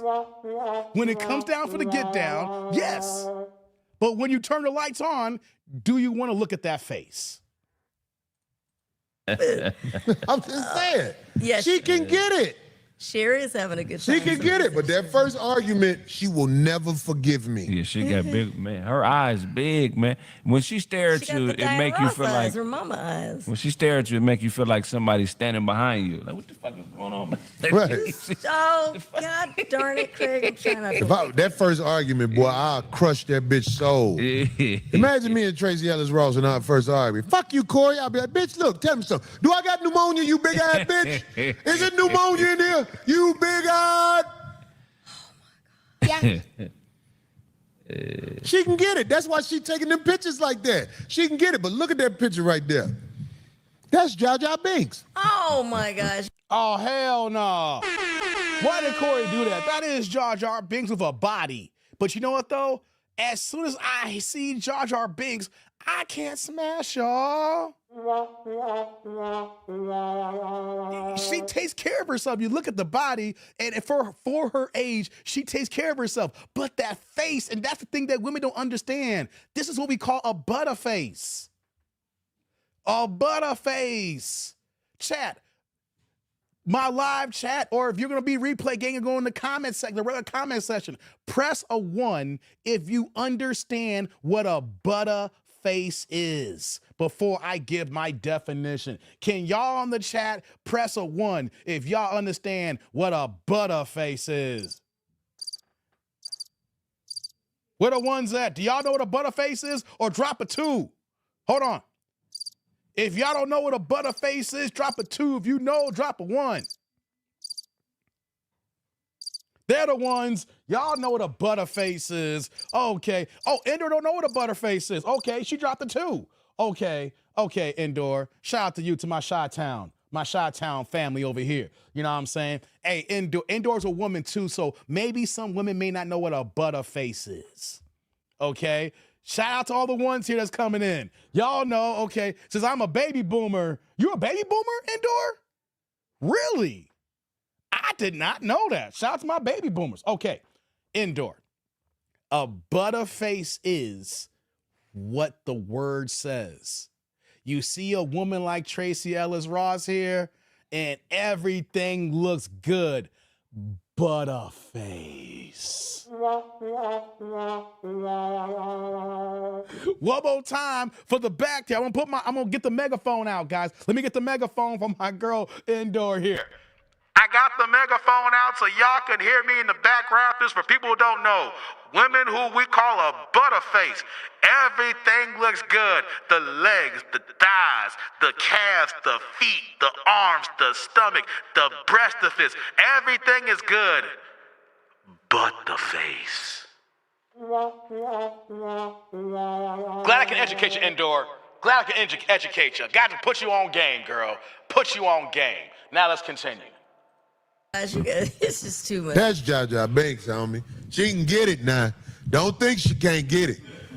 All you older women, Michelle Obama could get it, but I wear rubber with her. Because I know she sleep with old boy. It's dookie all up in her womb.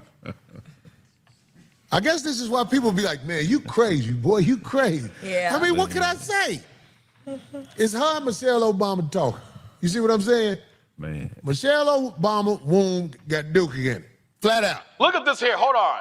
I mean, why Corey? I had to pause there talking about that, the dookie, right? Hold on. But when you see a picture like this, look at Tracee Ellis Ross. She's dressed like a man, y'all. She's dressed like a man, y'all. When you think about all the things that she said in that the portion of that interview that when we talked about with Tracee, with Michelle Obama, you see how she's dressed here. You saw the thing that she says about older men and younger men here. She wants to run the show. Why are women dressing up so they can dress like men? Why are women moving so masculinely here? Why are women trying to be the counterpart here? There's an XX and XY chromosome. Why are you trying to be something that you're not? This is the issue here. This is the picture here. We got women in Hollywood, entertainers, and they're trying to be the men. They're trying to be the strong ones here. This is the difference of the imbalance here that we're seeing here, y'all. Look at this here. Look at this picture. This is supposed to be the picture of power. And you want to know something? This is not the picture of power. No. This is the picture of imbalance. It's dookie in there. We already know. The streets know. Michelle a badass though. What do you mean, she what? Badass. Like she still carries herself really well. Does she? She an old bitch with a young motherfucker outfit. No, See, when I she do this, I get called out. She's got a decent body. I've seen it before. She looks great. Who? Michelle? For her, yes. What do you mean, Michelle? Yes, Michelle Obama. She like a workout queen type lady. I'm not taking nothing away from them getting smashed. Both of them can get smashed. But when they get to coming with demands, motherfuckers gonna be like, if you don't shut your old played out ass the fuck up. It's like bitches tell me when they mad at me, get your cat daddy ass the fuck away from me. What? I know who I am. I'm cat daddy. I know why I'm around you, because you can't do better for yourself. I don't even get mad when girls get mad at me. But I'm saying, like, these women actually think they're stand out. You only stand out to people who ain't got their own. If a man got his own, he's not going to take lip from either one of them. Oh my God, that is a fact, Corey. I'm glad Corey said it here. And that is the issue that women have that don't understand with the men that they desire. Let's put this in context here, guys. I'm not saying all men here, because that's the issue. Not all men move the same way. And of course, women like Tracee Ellis Ross and Michelle Obama are, of course, they're looking for men. They're not looking for the same men. They're looking for one particular man. And the man that they want don't want them. And the men that they're speaking about, when they have their career together, they're old enough, they live life, they got their career together, they got everything set there. Only thing that is, say, quote unquote, could be missing is if they can find the right woman there that is not moving like a man and is willing to help build a family with that man there. And the thing is, that man's not gonna take no drama. That man's not gonna take no BS. That man's not gonna deal with nothing, because he built himself to the situation to a degree where he don't gotta deal with that. He don't gotta settle for women here. He can find a woman that he wants because he is a rarefied man. What is that rarefied man, guys? When we talk about men here, we're not talking about the average man. We're not talking about the Pookies, the Ray Rays, the Dusty Darryls, or the White Mikes of the world, if you wanna go biracial here with the white men here, right? We're talking about the men, when Kevin Samuels used to say, the Henrys. What are the Henrys, guys? The high earners, not rich yet. Guys who are making six figures are doing good. They're not rich, but they're balling their ass out, right? Or we're talking about the high value men. The men who are on the small percentage of what the men are as far as of all men here, but these are the men that the women want. These guys ain't taking no mess. They're not taking no drama. They're not taking what Tracee Ellis says and trying to be the leader. These are the men also that they don't want Tracee, and she calls them toxic. Toxic. Corey Holcomb couldn't take jokes from Aries Spears. He's a bit getting mad. Double edge. This is not about Aries. This is about women, dog. Are you a man or a woman?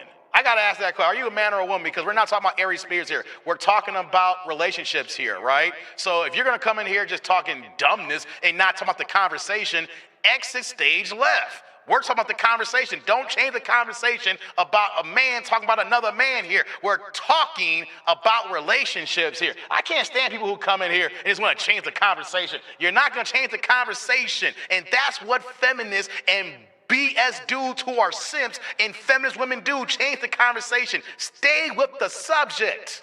Lord have mercy. It says, never satisfied, always looking for better when it's no one else, even Eve was the same. Exactly. I ain't no B like you. How about this then? I got something. If you ain't no B, click the link. Click the link then if you ain't no B then. Click the link. Click, don't be a keyboard warrior. Talk mess, don't even know the subject matter, and be big and bad. Click the link and turn your camera on. You can't have your camera off. You see my channel here. You see my face. Thousands of videos. My face always on. If you're going to talk stuff, then cam up. We have dialogue here. But don't come in here talking junk and don't back it up and not even contribute to the conversation. Lord have mercy. Says, if they got a call to the leader, I still got a group back to, they would fight. Exactly.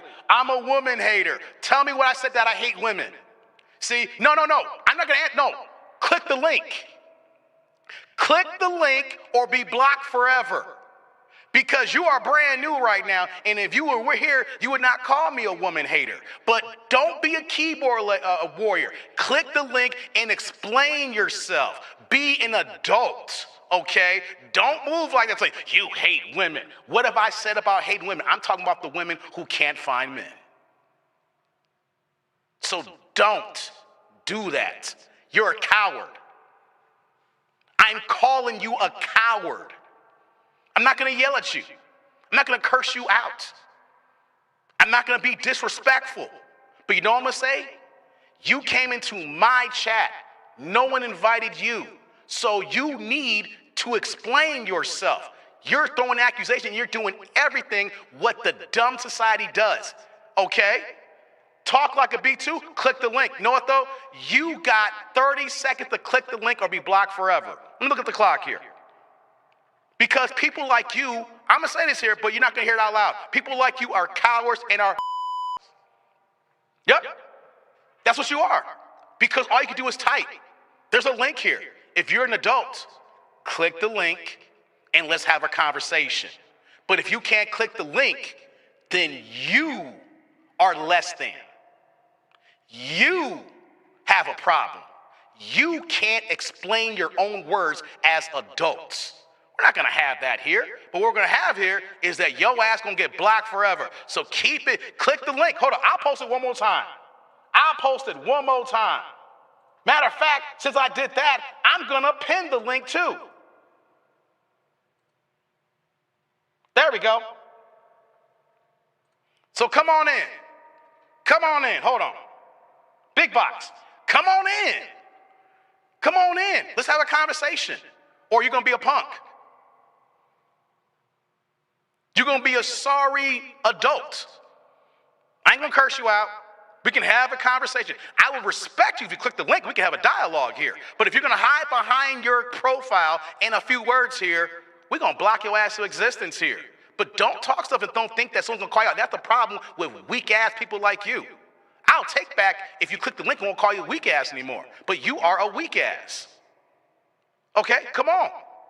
Come on. Come on. You got time. Oh, hold on. Let's get the megaphone out. You got a few more seconds. Only if I posted the link, I pinned the link. Double-edged logic. So if you are really somebody who wants to explain yourself and you're an adult, click the link. Otherwise, be gone forever. About to block him, y'all. I'm about to block him. I'm about to block him. I'm about to block him, y'all.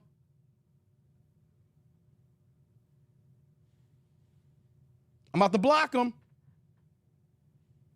I pay a phone and internet bill monthly. I was told I can go anywhere online I desire, including your channel. The hell are you talking about? No, I don't know who the hell you are, Lady D. Hold on. I'm blocking people now. Let me go back to that person here. Hold on. Double-edged logic.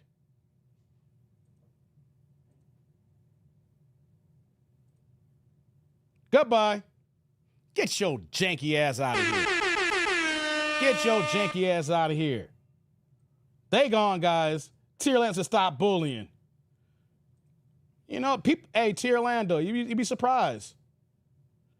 Women like Tracy will start marrying gay men and say they're straight. I don't want any masculine relationship. Exactly, Clayton. Shout out to you. What the hell is Lady D talking about? What are you talking about, Lady D? Are you joking or are you in line? Because I'll block your ass too. I ain't got time for it. I've been on YouTube for 3 years and change, got north of 5 million views, 21,000 subscribers. This ain't no new YouTube channel. I don't play that mess, okay? Your ass can get gone too if you ain't joking. You know what I'm saying? It's like, it's crazy. You know what I'm saying? They want to talk stuff. Let's get back to the show, guys. Back to the channel. You know, that's why we have the live streams. Guys, I have no problem. If you guys haven't, let's get back to it here. If you guys have a problem with what I'm saying here, I dropped the link. We can have a conversation. But the thing is, I don't respect people who just want to talk in the keyboard behind the avatar and not say it, right? I'm the type of person like, yo, I'm 45 years old. I don't care who the hell you are. I don't care if you're a man or a woman. You're going to be disrespectful? Click the link, let's have a conversation about it. But if you're going to be disrespectful and not be an adult about it, I'm going to curse you out the kingdom come and get you the out of here. That's why that person's clipped right now. See, y'all trolls think y'all want to be behind it. This is funny, I'm a troll. And you know what, though? Y'all can't troll for long because you're going to be blocked forever. And then you're going to have to create an old profile to come back here. Because you know what, though? We love kicking it here. You know what I'm saying? I have 2 retirement checks and work. What the fuck are you talking about? Hold on. Let me do something here. I don't know what the fuck you talking about.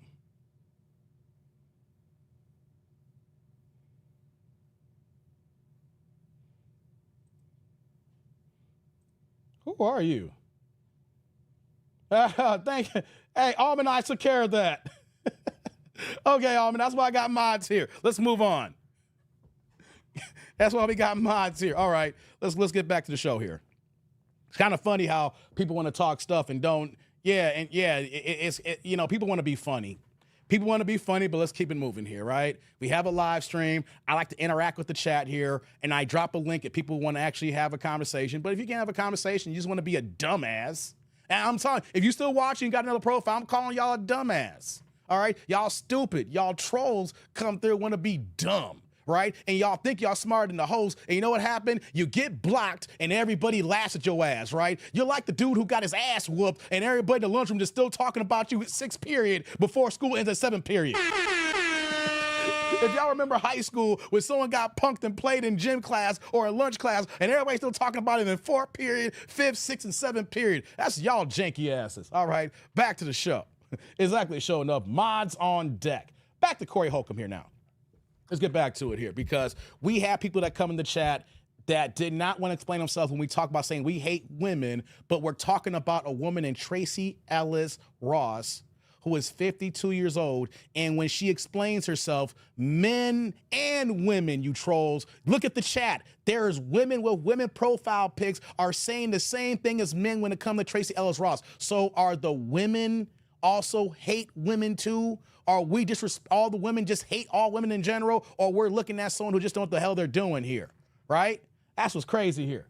Mike Lover says, Trace would be 55, 65, saying the same crap. Men aren't partners, you're right. Can't be two presidents. Thank you, Mike.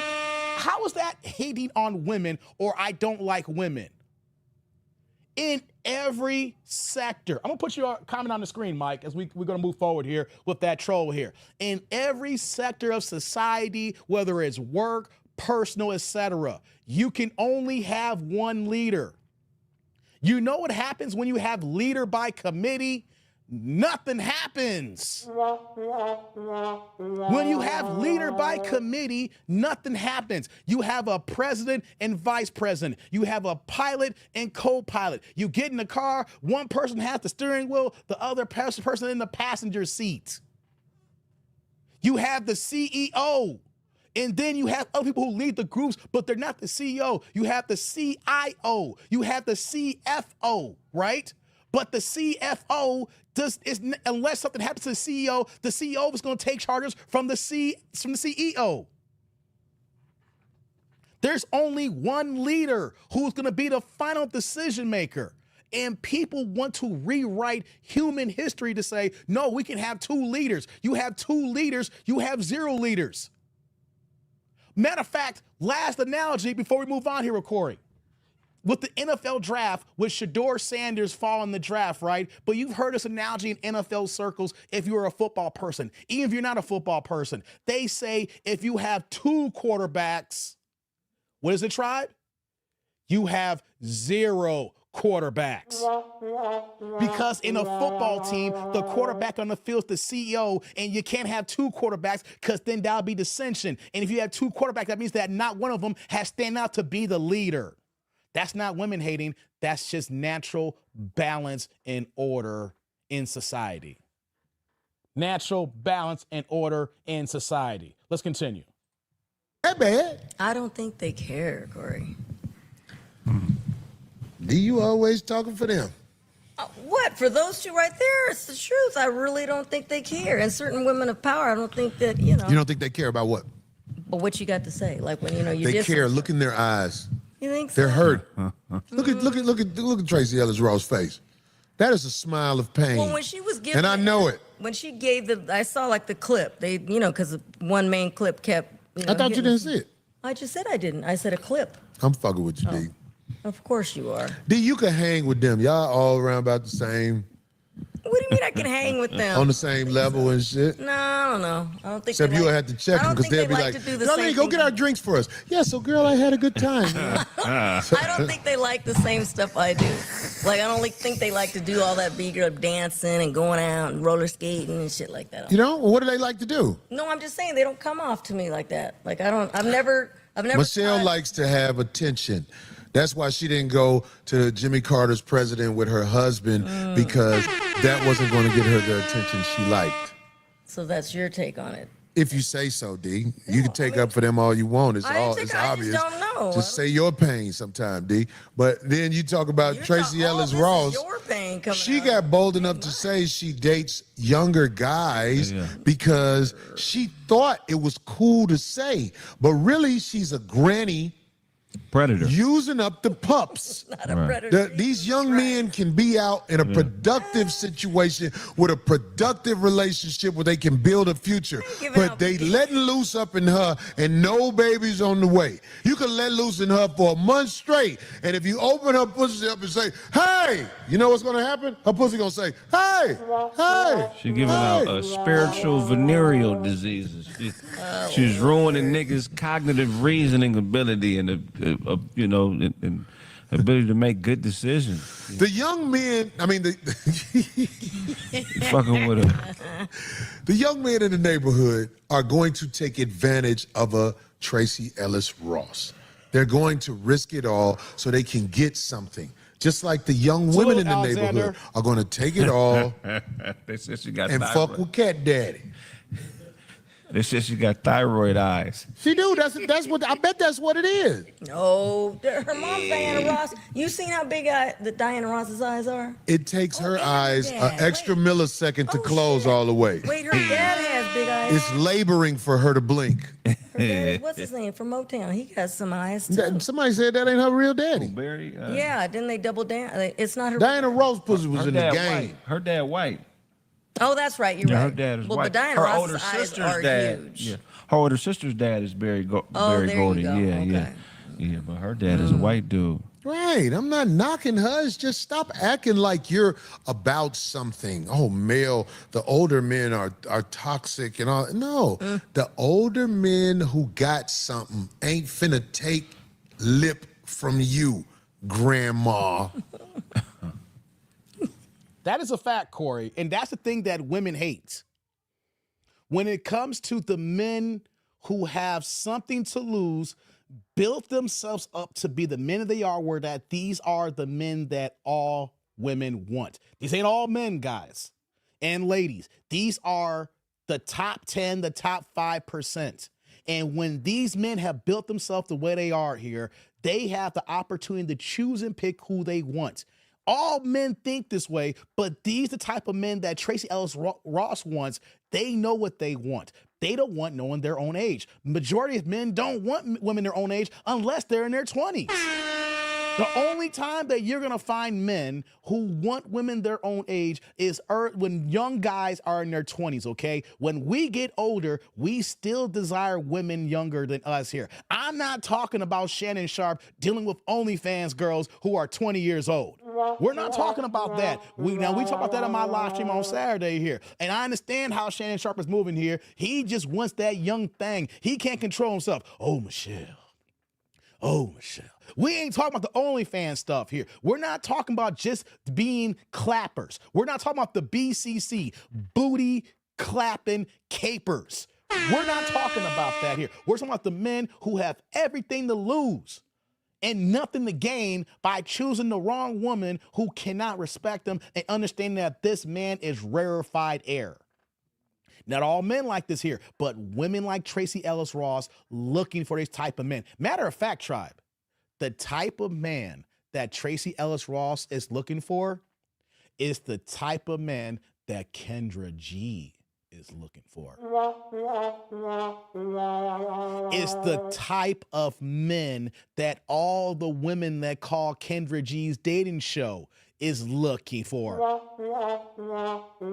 And the issue is they're all competing for the same man, and they're calling them toxic because they're not choosing you because you chose bad and didn't pick that man when you was in your prime in your 20s. Now you're in your 40s and your 50s, and you're thinking that man is still going to stick around. That man is sticking around. He's choosing the agreeable, feminine, the smiling, adorable, that's gonna be like, yes, she is pleasant to be around. She is submissive. She understands her role because I understand my role. And that's not toxic because we all have roles, and that she is gonna respect him. And then when she respects him, he's gonna respect her. Not someone who's 40 or 50 who passed over that man 4, 5, 6 times over. And then when you finally got the hit the head and the noggin here and you figure out what it is, and that man don't want you now because you could have had him at 26.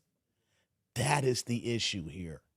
You wait too damn long because society has told you you have your entire life. Wrong.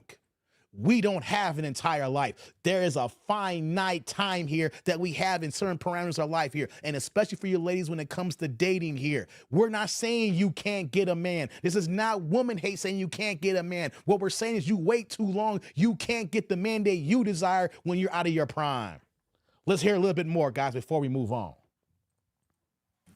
Now you bring that vagina that God has taken all the remote controls. You got, what's some old technology? Like a Game Boy. Right. You got a Game Boy womb. A Neo Geo. It don't work. It's an Atari sign tattooed on the side of you. You can't get it to work no more. Like, you ever tried to activate one of them sidekick phones? Yeah. They don't work. They say we don't have technology for that no more. Man. That's what your womb is now. Your womb is rah, a newspaper, birds in the sand, and the headlines say, man destroys man, extra. That's what happened every time you open your pussy. That shit, Beach Street breakdown, rah. Rodriguez Stapleton, you are terrible. What did he say? You see it. He's terrible. What did he say? Is it something funny? He's got Ford Expedition eyes. They said she got Ford Expedition eyes. I don't know what that means. Ford but it Expedition sounds eyes. terrible. She got horror movie eyes. Somebody said that. You can claim all of the young men you want. To have a productive relationship with a man who's on your level is difficult for you, so you go out and you steal the pups from the hood. And it's shameful. I steal the pups, I steal the young girls from the hood, but I help them. I give them knowledge and money. And when they're away and I push them out in the world, they're ready for the real world. Is that what you're doing? Are you educating these men, or are you just getting rotted out and looking at them with your eyes real open when you ask them to leave? It's time for you to go. Somebody said Gilly the Kid. On that note, I'm going to stop the video there. Corey makes a great point there, saying that when you're going after these younger guys, are you giving them game? Are you helping them out? Because you're not going to be able to give these younger guys, these younger pups, what they're looking for. Because you can get them when they're young and dumb. They're happy to be around someone who's successful, who has a career and has a lot going for themselves here, right? But when they get older and then they realize the things they want as a man that you can't give, were you impart game on them? Did you help them out knowing that this is not going to be forever? Because that man's going to want a family one day. That man's going to want to have his own kids one day. That man's going to have his own legacy one day. And that is something that you older women can't give to men here, right? That's something you can't give to a man. If you know that you went through the change, you going through menopause, you can't have babies anymore, because the men that you wants to have a seed, wants to have a legacy. He doesn't want to build what he builds, and then when he gets to a certain point in life here, he can't pass that down. What's he gonna do, give it to nephews and nieces? Or is he gonna give that to his son or daughter to be the next generation to move forward here? That is the normal inclination of human nature, especially with men. Now, there are some men who don't want kids, but at a certain period of time, they're gonna be like, yo, man, it'd be nice to have something, little mini me of my own, a little mini girl, a junior of my own here, raise them up, because as we get older, no matter what time of life we are, we go through stages and phases and we change. There was a point in my life that when I did the review on Sinners yesterday, guys, there was a point in my life that I don't talk nothing about no Mississippi. I had some bad experiences when I went to visit family in Mississippi. And I was like, yo, I'm never visiting Mississippi again unless it's a funeral, right? But as I got older, I realized that I was having young man thoughts, I was having kid thoughts, and I wasn't processing the whole entire thing. And then when I understood things the understood here now, I'm like, that's my family, that's my history, that's my heritage. I was having young thoughts. Now I'm older now, and I want to know more about my history. I want to go back to my past. I want to see my family and how they move, things of that nature. When we're young, we have young man thoughts, the thoughts of babes. You've heard that in the Bible when they say young people have the thoughts of babes. And when we have the thoughts of babes, we haven't matured and we haven't moved to a point in life here where we're saying that we understand everything. Once we have a deluge or a download of knowledge that come to us, some people may not happen right away, guys. When I talk about the download, every one of us is going to get a point in our life where that things that we normally don't think about, and all of a sudden it's going to be pivotal points where all of a sudden you're going to get a deluge of download that's going to make you look at things differently. Whether you want to look at your history differently, we're going to look at your lineage differently, when you look at relationships differently. It seems like it's going to be a switch that turns on, and it happens throughout adulthood. And you get through all these moments, and then we kind of metamorphose and change to become the person that we are. And when we move to be that person, we understand life and we understand growth. But these are the things that women don't understand because they're trying to use this feminist movement to make men in their own image when we are hardwired and we are moving the way we move here. You want what you want with the man that you want. That means that if you want something of this man, you're going to have to conform to this man.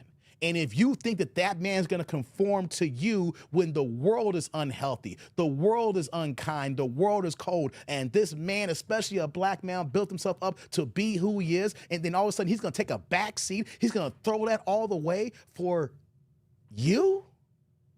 After the years and years of struggle and drama and strife and hard work, and all of a sudden he take a step back when he knows that he is the minority of men? No. Ladies, that man is rarefied air, and you gotta conform to him. And that's not all men. But if you find that man, you better fall in line, because every other woman is looking for that man. And there will be a woman that says, girl, if you don't move that way, you know what I'm saying? I will move that way, and I will handcuff that man and make sure that none of y'all other scallywags get to my man, because this man is rarefied air here. And that is something that TRACEE Ellis Ross don't understand. And you know what's going to happen? She speaks this way now in her 50s. 52 years old, because she's still in Hollywood. She's still getting paid top dollar for her roles. Who knows, we're going to see another TV show again. We're going to see another movies again. But wait till she gets to her 60s. When the young ninjas who she's messing with, when she knows that all they're doing is taking her to Pound Town. And there's nothing more, nothing less. And then you're going to see the transformation and talking points where that she's going to want that man. She's going to want that leader. She's going to want that head of household. She's going to want to let her hair down and let that man take the lead. She's going to want that man say, I'm going to take my hand off the steering wheel and let you put both hands on the steering wheel, and I'm going to let you drive, black man. But by the time that happens, because it's already too late, but when that happens and she get that knocking on the head and then she hears that calling here, you know what's going to happen? You know what we're all going to say? We told you in your 40s. We told you when Kevin Samuels was still alive. You didn't want to listen to us because you have too much hubris and you think you know better. You ladies think you know men better than men. And men has been telling you since the dawn of time how we are. We are simple creatures.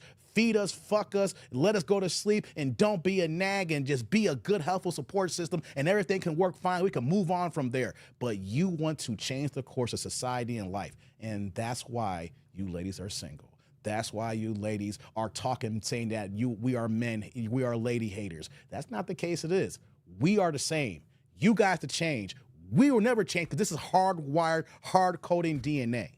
And when you guys understand that, then maybe you will find the man. You will find that magical Negro. That magical Negro. We're simple creatures, ladies. We are simple creatures. It's easy. Respect, love, and give us that booty from time to time. Feed us. And don't be a nag, and be a natural compliment. Because once we get that, men will be putty in your hands. We will do anything for you if you just do the basic things. We will go to bat. When you find that man that says, I'm going to marry you and you're going to do the things you're supposed to, that man, when he hears that knocking downstairs, there's someone breaking in, he's going to go ahead and defend the entire household. He's going to defend you and the kids from trouble, trauma, and strife. That's what that man does when you find that man, and he's going to put his life on the line for his family. You are not going to do that. You can't be the leader. If someone breaks in the house, you're going to go downstairs and let him stay in the bed? No, you're expecting him to go downstairs and see what's going on with the bat or the gun to make sure he protects the family. You are not protecting the family. And if you are not going to protect the family, then you need to move in accord with the man who will protect that family. Endor says, women need to be the man's greatest cheerleader. Facts. Ladies don't understand Endor, and I know you understand this here. We've talked many times before. You've been supporting me here. If you do what the man said, that's like a slave. But in the relationship, you are doing what a spouse is supposed to do. You know that man will do anything for you.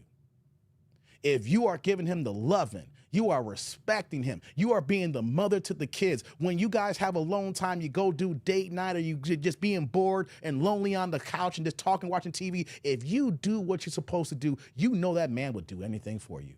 And that is the issue that women have. Y'all want to do what y'all want to do and thinking that man will do anything for you. No, it's got to be give and take, baby. That man did not work as hard, build his life the way it is so that someone would treat him like a goddamn slave. And you guys are expecting men to be slaves to someone who's not going to be respectful for us. If you respect us and love us and showcase your spouse, we'll go to the ends of earth for you. And that is something that TRACEE Ellis Ross will never find. And why she never find that? Because she doesn't respect men. And since she doesn't respect men, and men recognize that, only thing she's gonna be able to do is find younger men to clap cheeks. But then when those younger men get older, all they're gonna do is just use up her time and then move on to the next. So if anything, guys, if you learn anything from the situation here, TRACEE Ellis Ross is just running the hamster wheel. She's running the hamster wheel of her own demise in relationships. Yes, she's a successful person. We're not dogging her out saying that she is nothing. No, she has accomplished a lot in life in her career as an actress. It is hard, guys, to get on 2 major network TV shows to last north of 6 and 8 to 9 seasons, get on syndication, and to be the leading female role in these in these situations here. We're not knocking you on that. Well, we're talking about what matters the most. You can't take your career to the grave. There comes a time when you cannot work anymore. And when it's all said and done, when everything is in the end here, the only thing that we have in life is our family and our friends and our loved ones. That is the only one that's gonna matter the most. That's the only thing that's gonna matter than anything else in life, because you can't take your work with you to the grave. You can't take the money to the grave. You can't take items, trinkets, and gifts to the grave. Because when we go under and we take that last breath, it's over, baby. And everything that we have here on this third planet of our earth here, our family gets our worldly possessions. Our family gets our money, gifts, and things of that nature. We don't take that to us, whether you believe there's a heaven and hell. We going in that box or getting cremated in that urn there where all of our worldly possessions stay with people who's here. So all that stuff that she's talking about don't mean nothing but a goddamn thing. Zick says, an older woman taking a young man off the market is wasteful behavior. It's like outbidding a young family on a home just to leave it empty. Man, that's a good analogy, Zick. I like that one, man. I like that one. Since Vince says, I'm sure her mother had a lot to do with her success.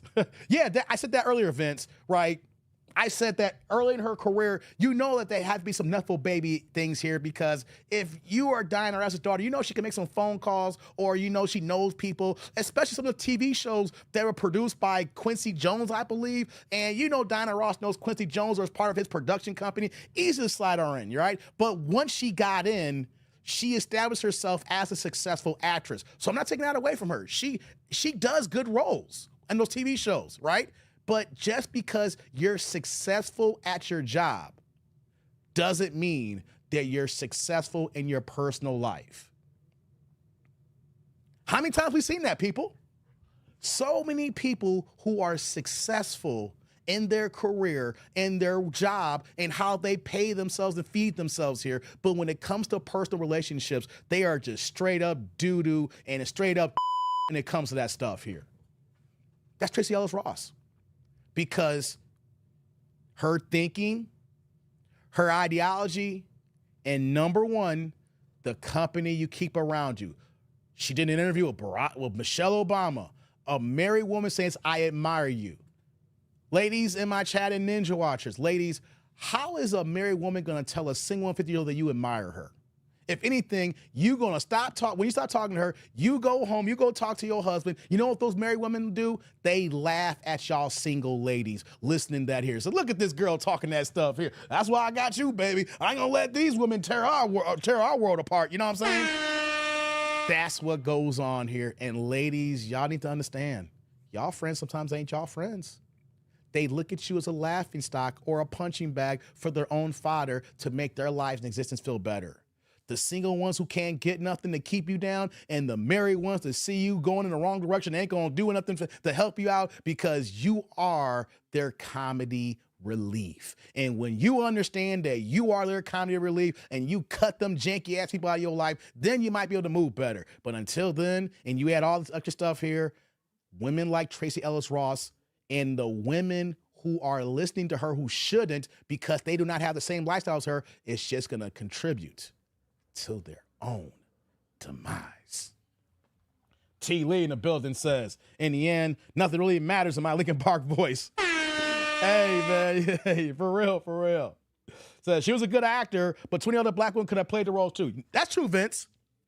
You know what, though? I'm not taking anything away from her, but at the same time, though, you do make a good point, but at the same time, though, she was the lead of 2 TV shows that lasted multiple seasons. But you are right, though. If you cast the right person, maybe Girlfriends last for 6 seasons without her. Someone else doing that role. The same thing with Blackish, you know. You had Anthony Anderson and Lawrence Fishburne and everybody in that cast there. Maybe you have someone else that plays Anthony Anderson's wife there. It runs for a long period of time. It's all about chemistry, but you make a point here. I'm not going to take that away from her, but at the same time, Vince, I can't take that away from you too, brother.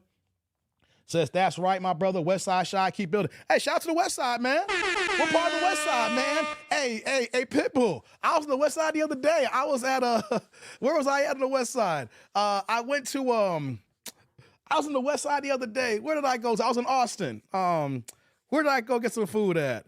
I was at, dang it, hold on. I got to pull it up here. Hold on. So someone said that someone is online right now. Tell me they from the West Side here. Hold on. Where was I at here recently? I was at, I can't think of the MacArthur's. I was at MacArthur's. Hey, when people see, when y'all hear me talk about smothered pork, I went to 2 places this past week, right? Shout out to Hillside. I went to Priscilla's on Hillside, and I went to MacArthur's on the West Side, okay? I was getting smothered pork chops, smothered fried chicken. I was getting cabbage. I was getting macaroni. I was getting banana pudding. I got fried green tomatoes. You know my black ass is country eating fried green tomatoes. Shout out to the West Side. West Humboldt Park, shout out to you, West Humboldt Park. All right, man. Shout out to West Humboldt Park. Y'all broke is mad. You can't get a woman like TRACEE. Stop it, T. Orlando. Hey, T. Orlando. Remember what Jason Black said, T. Orlando? Hold on. Let me give y'all, hey, guys. Shout out to Jason Black. He's been cooking lately. I love Jason Black's, 2 channels, the Black Authority, TBA, And T. Orlando, you remember this broadcast that he had, what was it, like a couple of months ago, like 2-3 months ago? T. Orlando, you don't got to be in the 1% to get a TRACEE Ellis Ross anymore. when women like this get to a certain age, don't take this the wrong way, ladies. We look at y'all as on the discount bin. Right? We look at y'all the discount bin. So what do you mean the discount bin? So in Tracee Ellis Ross in her girlfriend years, she's not looking for anything less than a millionaire. You gotta be successful in the limelight, like Akon's brother. You gotta be associated with someone, you gotta have stuff like that, right? But when you're 52 years old, you don't gotta be a millionaire no more. You know what the price is now? You could make $175,000 a year and get Tracee Ellis Ross, y'all. Hey, say what you want about Jonathan Majors. He got blackballed for that short period of time, and Megan Good had to go and get a man who was basically ostracized from Hollywood for a short period of time. She had to pay Jonathan Majors. She's paying the bills, y'all. He may make his comeback, but Megan Good is paying a steep price for Jonathan Majors, okay? Hey, guys, Stacey Dash? Right to Orlando said he was cooking. Remember they said, hey, guys, if you want Stacey Dash? Make $150,000 a year and have zero debt, have your own house and your own car. I guarantee you, you're pulling Stacey Dash right now. You know what I'm saying? Name me any successful, fine-ass woman in the 90s who is single today, and if you had to be a millionaire in the 90s, all you gotta do is make $200,000 max for these women now, and you are in like Flynn. It is the discount bin for these women, guys. And I'm trying to say in a bad way, but these women overplay their hand by going to the highest available bidder, but those guys are just clapping cheeks. They're just going ahead and doing BCC, booty, clapping, capers, right? And they overplay their hand. And so by the time they get to their late 40s and 50s, the fellas who couldn't even be in the cut, but you all built yourselves up. You may not be part of the 1%, maybe you part of the 4%. Maybe you ain't a millionaire, but you are making $300,000 a year. You can get Maya, y'all. Hey, have y'all seen Maya lately? Maya looking good for her age. She wearing the one-piece skin tight outfit. She used to be really skinny when she came out, back in the day, But she's older and she got the right thickness for her size. I guarantee you guys, if you made $200,000 a year, not even a millionaire, you probably could pull Maya right now with her celibate ass. Hell, Chili from TLC is dating goddamn Joey Lawrence right now. Okay, you can't tell me if you was a black man making $300,000 a year and you don't eat meat that she might drop you for Joey Lawrence. She will drop Joey Lawrence to get your ass. Hey, Joe says, yeah, who's that Info singer living in her car? $200 and I'm living my fantasy. Yes, that's Dawn from En Vogue, right? I guarantee you, if she likes the way you look, Joe, you give her just a bed to sleep in and some AC and some heating and a fridge full of food and some juices and drinks and some yak. You are in like Flynn. TDD, all the fine women from back then are still single. That's what I'm saying, T. Lee. That's what I'm saying. Every woman from the 90s who is single today or early 2000s that we were in love with, guys, if you are willing and ready to deal with a little bit of olderness, a little bit of maturity here, guys, you shoot your shot. You are in like Flynn. Guys in the chat, tell me who is someone that you loved in the 90s and 2000s who is single now. Derek says Vivica Fox. Oh, that's easy, Derek. Vivica Fox, you can get that for $100,000. You could be $100,000 with debt. Vivica Fox is all yours. Vivica Fox is all yours. Tierland says Maya's fine. I hate black women, but I got a black wife. Hey, how about this? I got a chocolate woman and I got a chocolate daughter. But I hate black women? No, you're probably single. How about this here? If I hate black women here, click the link and tell me everything I said of how I hate black women. Because nothing I said hates black women. Everything I said is factual here. If I said anything wrong here, click the link and explain how I hate. Because how is it that women are in the chat co-signing this. Women who are married, women who have kids are co-signing this here. So if you saying I hate black women, be an adult and explain yourself. Lord have mercy. Got a lot of janky ass people here who don't know anything. I struck a nerve with you. That's all that is. You heard what I said here, and you're probably a single baby mama, and you can't stand your baby daddy because he's a goddamn pookie. And I'm telling facts here because you probably threw away your magical Negro, and you over here being a bitter ass baby mama. Prove me wrong and click the link. Y'all can argue. Y'all can probably get Trina now from my. Hey, Zick. Trina can be had for the low, cause she's gained so much weight right now. You can get her for the low. Come on, man. I used to love Chili too, Vince. I used to love Chili too. She dating Joey Lawrence broke ass. Come on now. If she was Joey Lawrence, come on, black man. You know that if you presented yourself saying, I don't eat meat, I don't smoke, and you make $200,000 a year, Chili will be all up in your lap. All right. Nothing wrong with some gray in my cat. Okay. Robin Givens, Mike Tyson's ex-wife. Oh, you can get Robin Givens. I know what though? I say 250, you getting Robin Givens, Vince. 250 a year, you get Robin Givens. 250. You know what's odd though? Most of the porn stars from the past are married. That's strange. You know what, Zick? They're married to other porn stars though, Zick. That's the thing though. Look who they're married to. They're married to somebody who was in the game in the corn status, like a producer, director, or something like that, or they're married to a sucker. It's either Zick, it's someone in the industry, and they do that because that's their lifestyle, and they're swingers and they share, from time to time because they shoot footage like that. It's either that, Zick, or they got a straight up simp sucker like my uncle, like I told y'all earlier. Huh? Who's trying? Someone in the chat, Derek. Someone in the chat's trying to try me here. You can be 100K in debt and get Vivica. Yes, Zick. You could be 100K and still have 20,000 in credit card debt, and then still have a car note, and you can get Vivica. You know what I'm saying, Zick? 100K salary. You still owe 20,000 on the car note. You still got 15,000 in credit card debt. And you still got 40,000 in student loan debt, and you still get Vivica. Jill Scott? No. Jill Scott, you can't get Jill Scott for 100,000. Nah, Derek. I know she's a big girl.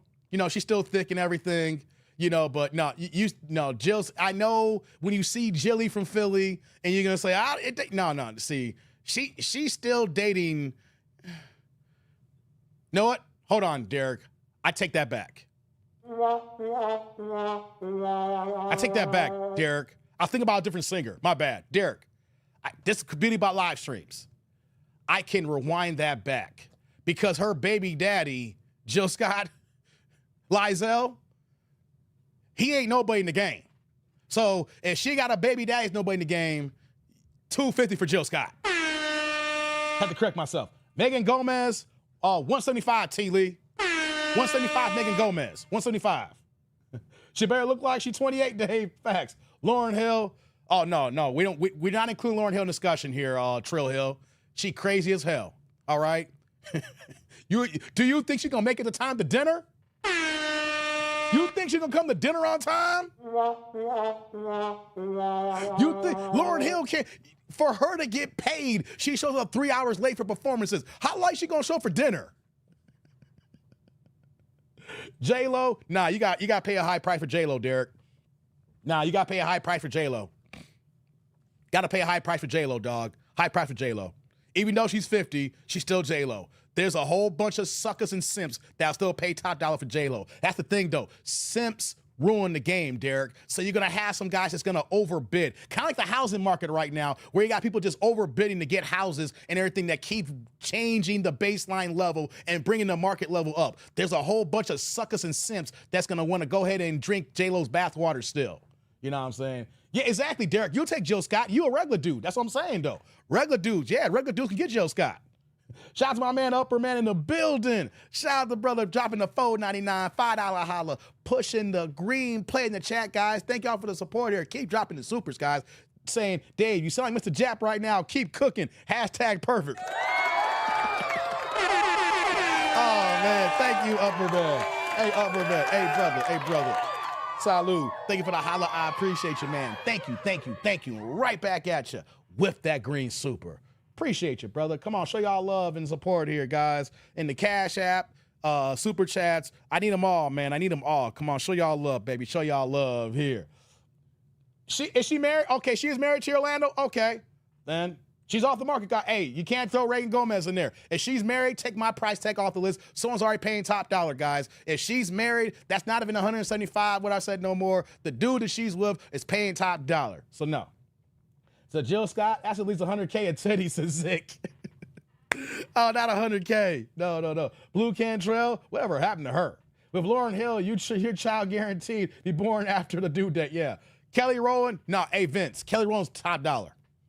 See, you got to understand that Kelly Rowland, even though that she's a single mother right now, Kelly Rowland's still Kelly Rowland.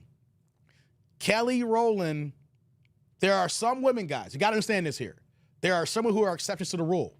Hollywood women like Kelly Rowland are exceptions to the rule.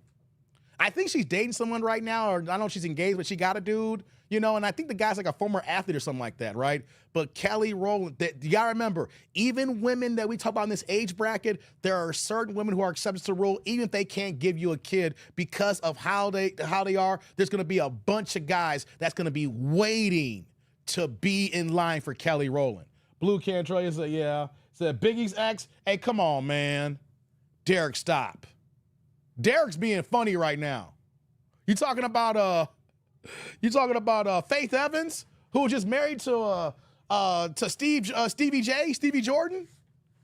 Nah.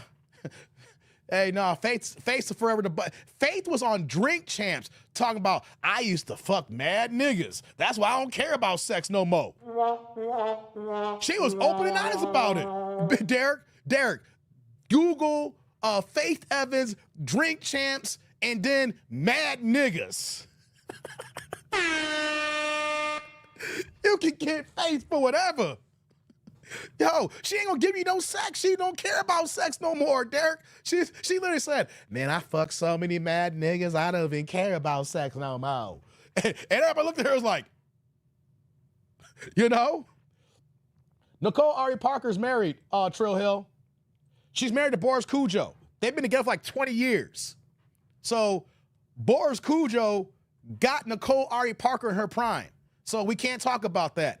She got with Boris Cujo and was out the market in her prime. So we can't comment on that. She was smart. Say what you want to say about her talking points, because she do be talking like Michelle Obama lately. She do be emasculating Boris Cujo lately. If you seen some emails, I saw some interviews with her about a year or so ago, but still, Boris took her ass off the market when she was in her prime, and they've been together for 20 years and got multiple kids. So say what you want about her and their relationship and how she talks about them.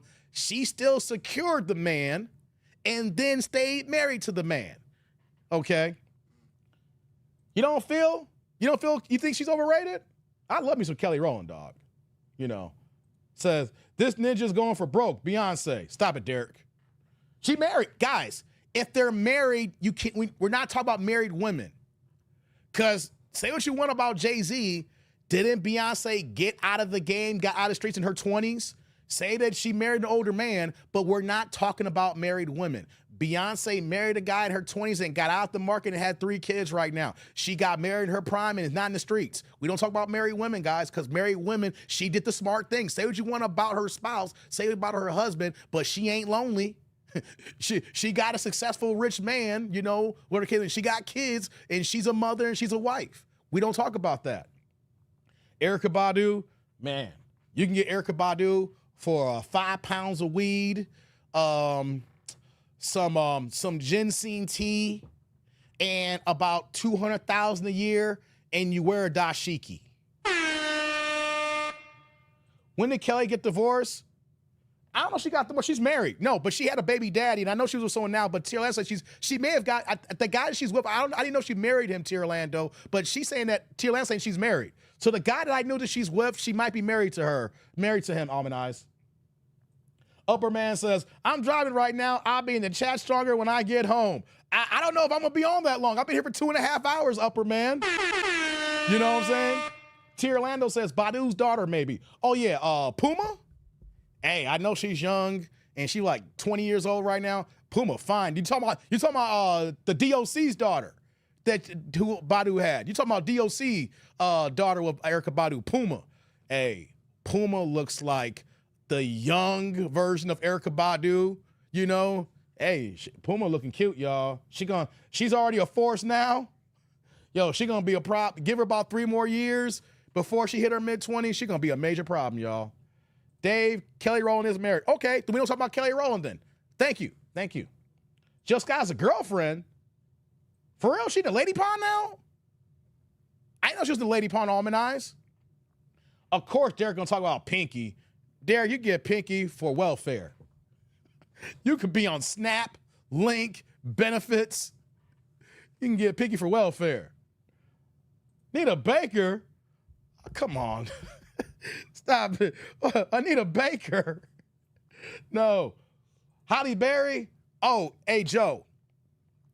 As long as you could promise Halle Berry that she don't got to pay you spouse support, you can get Halle Berry. Halle Berry pissed off.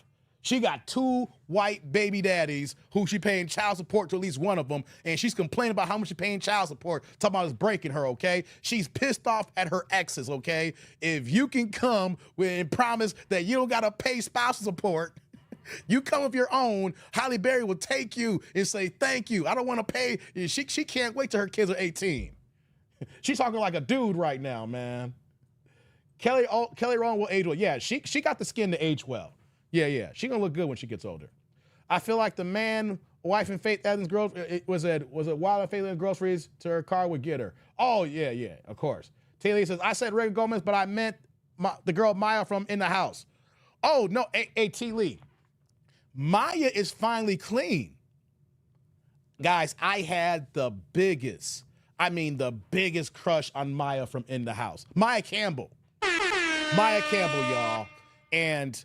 You know she's had many issues of substance abuse. I'm not gonna play. You guys can Google it. She was out there down bad and hard. T. Lee. I don't know if you saw what I don't know if you brought up. You saw what I saw, but if you guys go on Twitter or X and go do a search, she got a new man now, and she looks like she's clean right now.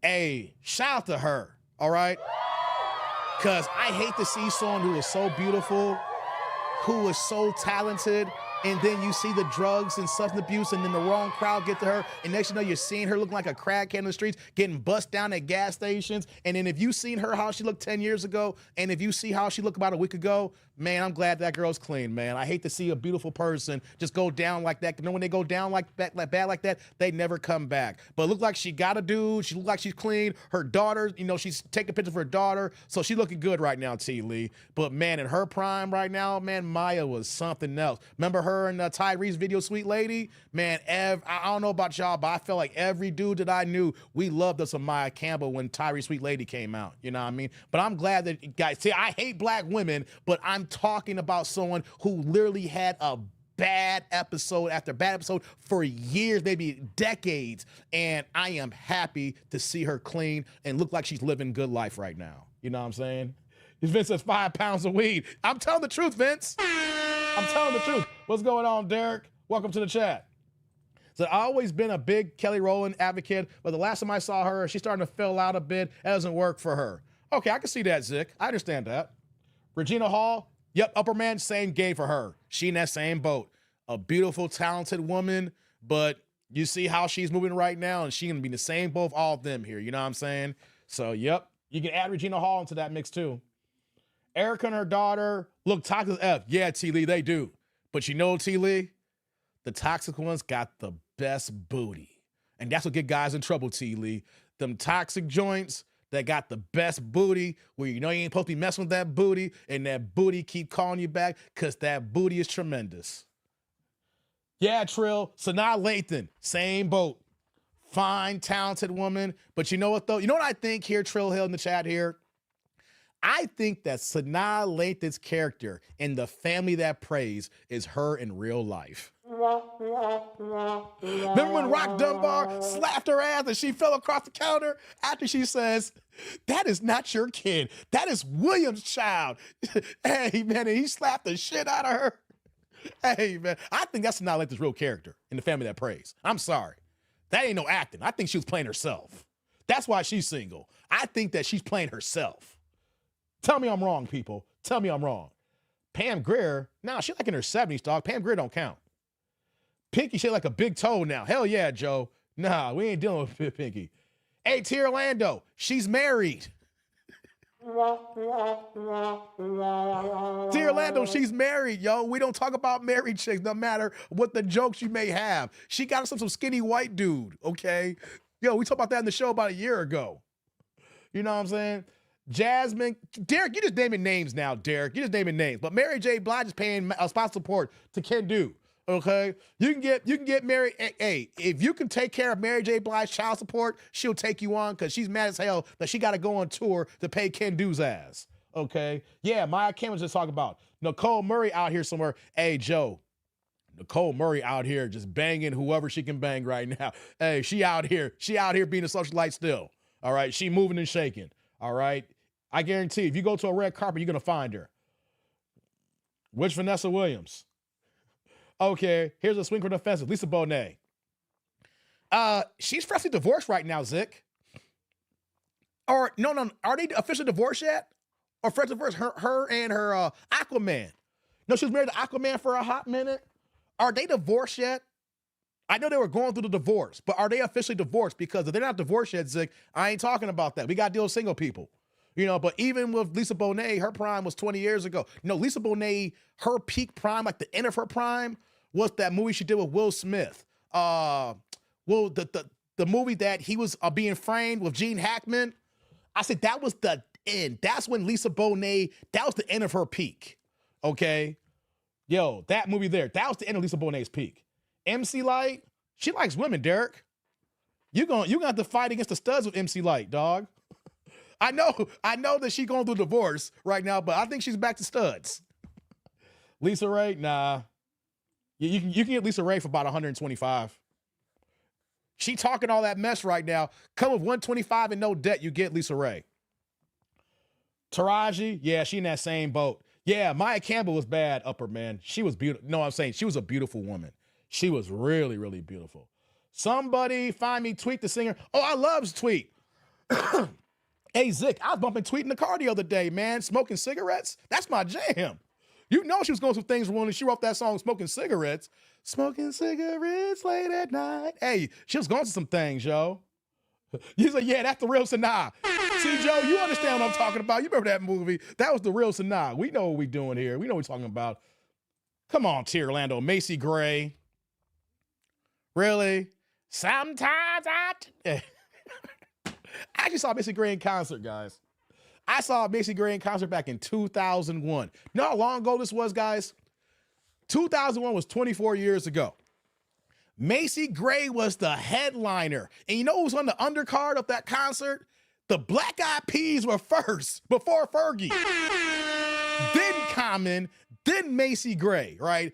It was only 40 people in the building when the Black Eyed Peas showed up, y'all. That's how long ago it was. That lets you know how big Macy Gray was. She actually was the headliner of the Black Eyed Peas. If you heard that today, you'd be like, damn, this nigga tripping. Nah, she was a headliner, y'all. You know it's bad when Aquaman leaves you. Yeah. Real talk. Is Fergie in the discount bin? Yeah, speaking of Fergie, yeah, hey, T. Orlando, 100,000 and a fifth of vodka. A fifth of vodka, $100,000 a year, you can get Fergie if she's single. I know she was married, but if she's married, we gotta take her off the list. Hold on here. They never get married. She crazy as fuck too, right there. Holly Berry and Lauren. Yeah. Thank you. Enemy of State. Thank you, T. Lee. Enemy of State. Yeah. That was Lisa Bonet's peak. That was the end of her peak. You know, when people like basketball players they run and then they're at the top, and then that next year it's a little bit drop off, but you can't tell. That was Lisa Bonet's peak, Enemy of the State. Because when you guys watch that movie again, that was like she was at that age, but that peak age where she was right there. I'm like, yo, man, hey, Lisa Bonet can get it back then. You know what I mean? Yeah, Enemy of State. Thank you. Yeah, thank you, Remy. Enemy of State. Yeah. Renee Zellweger. Derek, I'm a tiger. I should time you out for that one. Nicole Kidman. Y'all just playing games right now. Fergie is divorced. Okay, 100,000 and the fifth of vodka to Orlando. Patti LaBelle? Hey, you know Patty got like a 40-year-old boyfriend. Patty like 80 years old with a 40-year-old boyfriend. So yeah, she's getting it right now, Derek. Did you know that, Derek? Patty got like a 30-year-old boyfriend in her 80s. I saw it on Twitter last week. Go on Twitter and pull it and search for it. Patty getting her cheeks clapped by a 30-year-old dude. She moving like Tracee Ellis Ross, y'all. Okay, thank you. We don't deal with no marrieds. Okay. Zoe Kravitz. Oh, Zoe can get it. Her and Channing Tatum just broke up. She back on the market. Channing Tatum, her broke up like 7 months ago. So Zoe's available, man. But she's still like in her 30s, T. Orlando. So you gotta be Channing Tatum to get Zoe Kravitz. You know what that means? You ain't getting her, brother. She married, brother. She got Swiss Beats. I ran the Swiss Beats at last year. I was in Vegas for the Tank Davis Frank Martin fight back in Juneteenth weekend last year, 2024, and I stayed at the Palazzo. And that was it Friday night. I was just gonna take a walk outside. It was Thursday night. I got in town Thursday night, and I was walking out just to get some air because nice night out, and his big ass limousine came pulled up, and he walked out. I didn't fanboy out. I was like, "Hey, what's up, man?" He's like, "Hey, what's up?" You know, just kept it moving. But no, Alicia Keys is married, so that don't count. Whoopi Goldberg. I actually met her in 2013 here, Orlando, at Treasure Island in Vegas. Every story got a Vegas story, right? Hey, Whoopi Goldberg is like 4'5". Guys, Whoopi Goldberg is short as sin, okay? She looks like the Seven Dwarfs, you know? She is short as sin, okay? But T. Orlando, do you really want to deal with that Democrat, liberal shill of a talking head that she is right now? You know, the one that had Ted Danson back in the day? You want to deal with that, T. Orlando? Toni Braxton, she dealing with Birdman. Her and Birdman got married, yo. I think they're falling out already. They got married in secret, and I heard they're falling out already, Trill Hill. So Toni Braxton makes him a Birdman. You know what that means? That means that Toni Braxton still got a high price. Hey, yo. That means Toni Braxton still got a high price. Birdman still hitting it. Birdman still got that, man. A. Marie's married. A. Marie's married. And she dropping some new music. She got a new single coming out. She married. She married, y'all. A. Marie's married. Nia Long. Here's the thing about Nia Long. She still has a high price. She was just Emeka Udoka, head coach for the Houston Rockets. Remember, he was the head coach of the Boston Celtics. They got a kid together. And there's going to be guys who are still going to overpay for Nia Long, guys. Jordan Sparks, I don't know if she's married or not. Isn't Jordan Sparks married? I thought she was married. Cassie's married to Orlando. Lala, hey Derek, Lala is dating young YNs. Lala, for this discussion, guys, is in the same boat as Tracee Ellis Ross. And Lala has been vocal about her dating, saying that all she can get is the young dudes now. And she's laughing about saying, I get these young dudes now. And like she entertains them for time, but that's not what she wants. So Lala, for this discussion, guys, Lala is in the same boat as Tracee Ellis Ross here right now. She wants a dude her age. She wants another Carmelo, but she can't get another Carmelo. We talked about Stacey Dash here. Derek, I said Stacey Dash. Yeah, I said she's married. Carrie Underwood, come on now. Okay, guys, y'all just throwing names out there. We having fun here.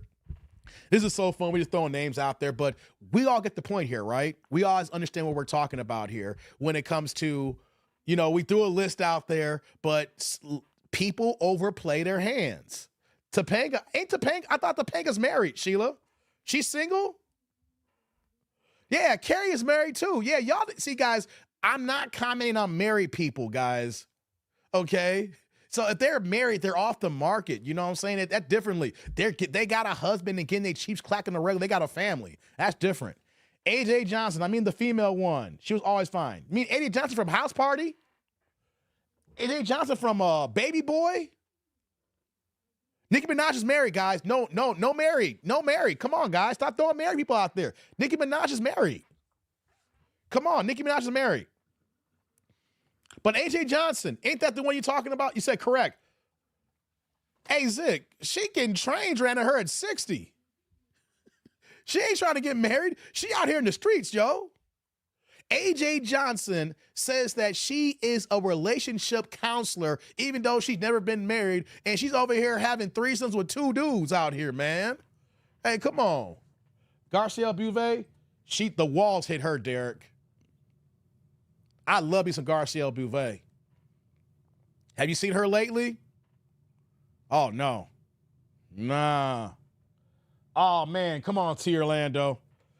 I had the biggest crush on Mari Morrow. Hey, you remember she was in that movie Twa? She was in that movie Twa with, what's his name? Bald head brother. I can't think of the dude's name. Was it Bokeem Woodbine in that movie? Remember she was in Twa? Hey, man, when I saw Mari Morrow in Twa, man, oh, my God. I think it was a Twa or Uninvited Guest, something like that, where that her husband was plotting to kill her and stuff like that. Hey, man, T-Orlando, like Mari Morrow, oh, my God. Ooh. Hey, there's certain women. Hey, man, Mari, man, ooh, man, ooh. Yeah, I'm having flashbacks. Kim K, La, they leave their man and think they're going to get another guy like that. Yeah, you see what Kim K was messing with freaking dude from Saturday Night Live. You see how that worked out for her. Where are the trains happening? Wait a second. Where are these trains happening? I need to know so I can be properly out. Hey, stop it, Zig. Zig's like, hey, I put you on game. Zig's like, yo, where the trains at? Hey, Zig, pull up AJ when you get a chance. She was on The Breakfast Club, I think. And she did an interview about her birth. No, not The Breakfast Club. She was on Angela Yee's podcast. She was on Angela Yee's podcast. And she talked about for her birthday, she had 2 dudes, right? And they were tag teaming her. And she was being explicit about it. Like, she would go to one room, and then as soon as she walked the room, the dude came and was just wearing her ass out. And then they would tag team, and then the dude would leave and come out and just wear her ass out again. And then that dude would leave, and then she need a breather. And then they were just running tag teams on her throughout the whole night for the whole weekend, she said. That's how she get down, Zick. That's how she get down, Zick. She over here messing. And hey, guys. If a woman says she's messing with 2 dudes, means that she's dealing with 2 gay dudes. I'm sorry, y'all. I'm sorry. I ain't tag teaming no one. I'm all the man that's needed if that's the case here. If you need to bring another dude in here, you want to see me get down with that dude here. We are not crossing swords, guys. Guys, don't let no woman fool you in this here. No crossing swords, okay? She dealing with gay dudes, okay? I'm sorry. Any dude that's gonna run tag teams like that, the way she talking about it, they down low. I'm sorry. That's how I feel about it. I don't need no other dudes in the bed. You could bring a girlfriend in here. We don't need no other dudes. You bring other dudes in here, I'm thinking you looking for some suspect dudes. I'm sorry. Rob Hardy? What the hell? Tisha Campbell, yeah, she back in the market. No, Tisha Campbell, she done. That chick that played Bird on Soul Food TV show, fine. Oh, yeah, Zick, I remember her.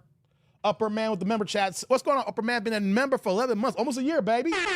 Saying 2 women that I had a serious crush on was number 1, Natalie Venetia Belcom. She played Gago's wife in Sugar Hill, and Teresa Randall. Teresa Randall, she had that woman next door. She wasn't overly fine, but she was nice looking. She wasn't over, but she was just a no. I dig Teresa Randall. I did have a thing for Teresa Randall. What do you say here? I busted off the Tracy heavy through respect, though. Respectfully. Okay, roasted nuts. Okay, she's married, dog. Man, Good's married. We don't do married, Joe. We don't. What? Y'all need to look up who's married, who's not married. We don't do married. We're not doing married. We're not doing married. Megan Good just got married to Jonathan Majors, y'all. Kiki Wyatt. Oh my God, that crazy ass. Hey, man, she gonna have 22 kids when it's said and done. She gonna have 22 kids. Hey, man, how is it that she has all these kids by men, and then when she breaks up with the men, then she proceeds to call these men gay, her ex-husbands gay and stuff like that, right? And they do got a little bit of funny in them, it seems like, right? But how's it that she be finding these dudes that look like they're gay or special, right? And give them a whole bunch of bait and they break up, and then she talks ill about them and call them gay. Like, it makes me wonder about Kiki Wyatt, yo. Look at you guys. Oh my God. Matter of fact, go on the show, was it R&B Divas? I think she was on one reality show back in the day. If you saw how she moved, man. Said if she getting banged out in a room and peeked out the door and said, do you want to join? I'm going in that room. Nothing funny about it, said Zick. Hey, Zick, what if the dude says, come on in too, dog, and he wants you to cross swords? He's holding his stuff like this. Come on in, Zick. He want to grab your stuff too. He want to play with you. He want to grab your booty, Zick. I'm telling you, something funny about that. I'm sorry, the dude coming in is like, yeah, we having fun here, man. Come on, bring your balls in here too. Nah, man, we can't move like that, man. We can't move like that. Hey, man, hold on. Let me look at this over here, make sure. Okay, we're doing good over here. All right, we're about to get out of here in a second here. It says, I Googled Topanga. She was married twice per Google. Okay.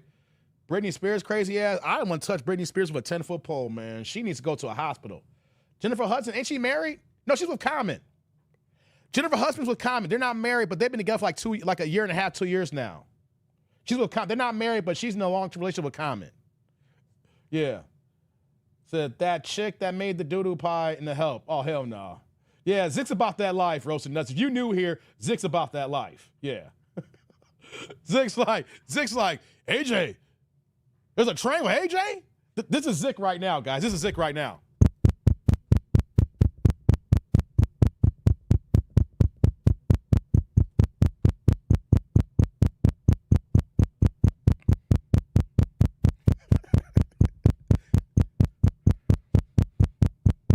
He's still knocking. That's Zick. That's Zick right now. That's Zick right now.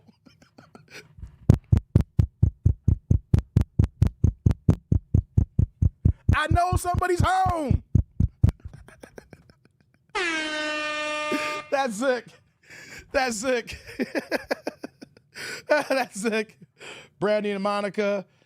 Monica's too hood for me. Hey, T. Orlando, what about Monica, T. Orlando? She's in your neck of the woods. She too hood for me. She too Georgia for me. She too Southern hood for me. And Brandy, nah, I'm good on Brandy. Actually, hey, Derek, I actually knew Brandy for a short period of time. Like, not newer, but I was around Brandy 20 years ago when she was with Quentin Richardson. She was in Chicago. I'm a Chicago guys, right? And if you guys know Quentin Richardson, Chicago's own, went to school, high school out here, went to DePaul, had a long career in the NBA, played for the Knicks, played for the Suns, you know, had a nice long career in the NBA, right?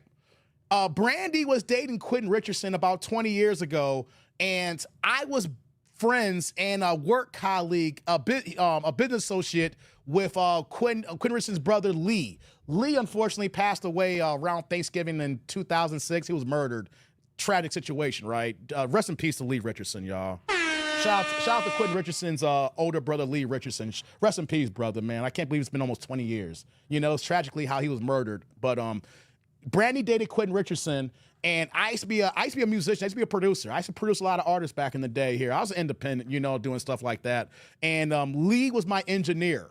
So I would, and then he had a studio with someone who I knew I was dating at the time. The girl I was dating, her brother and Lee were business partners. So Lee was my engineer, and so they, you know, a whole bunch of cats in Chicago were coming through their studio all the time. And of course, Brandy came through and everything like that. Actually, they worked on a song with Brandy and stuff like that. So I saw her front and center back then, and you could say I was 24 years old. So that's Brandy in her 20s. She's like 25, 26. So if that's Brandy in her prime, it ain't nothing to speak about, y'all.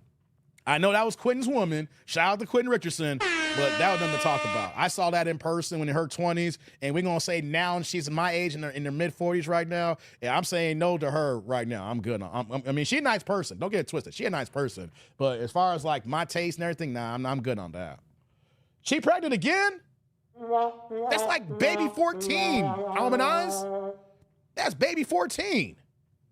Zick says, I'm looking up flights to LA at the moment. Hey, come on, Zick. Sha'Carri Richardson, she's dating a track runner right now. She's done with women now, and she's dating I can't think of the brother's name. He also is a 100-meter runner. So she's off the market technically right now. She's dating a guy in track and field right now as well.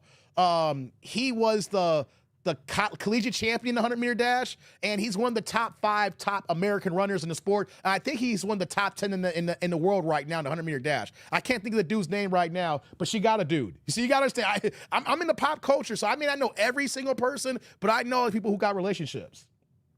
Says Zick, it's all fun and games until you get friendly fire. Facts. Clarissa Shields, no. I met Clarissa Shields too, T. Orlando.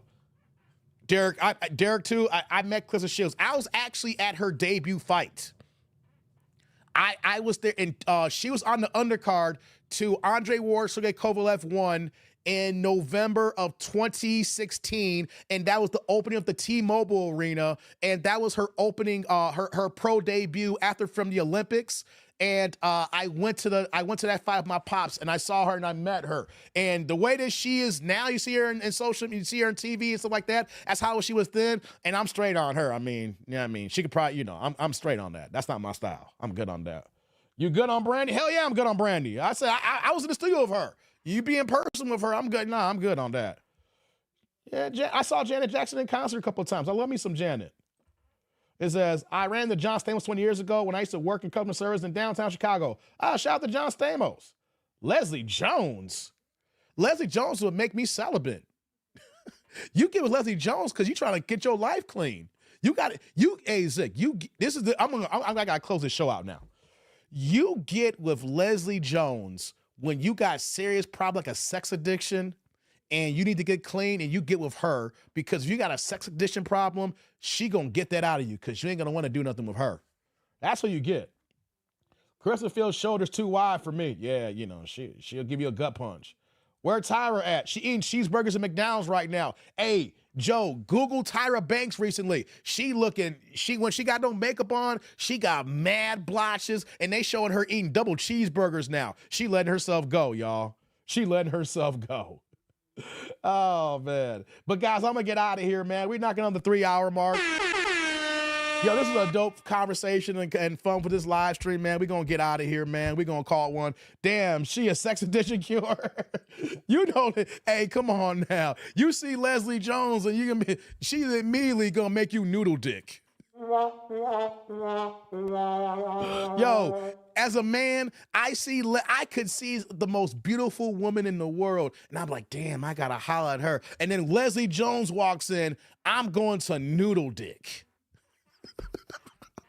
Noodle dick, noodle dick, noodle dick. Hey, man, is that Leslie Jones, bro? Day, what's up with your man, Zick? Sun bugging out. Hey, Zick in a good mood today, man. I don't know what's going on with Zick, man. Zick in a good mood, man. He probably, I've done three straight live streams in a row, you know what I'm saying? So he in a good mood right now. After hooking up with Leslie Jones, you have that wet face stare in that dirty mirror moment. The how did I get here moment.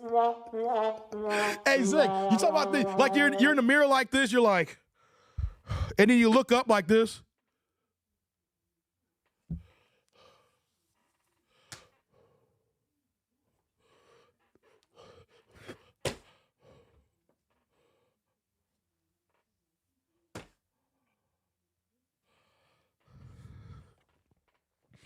Psst, psst, psst, psst.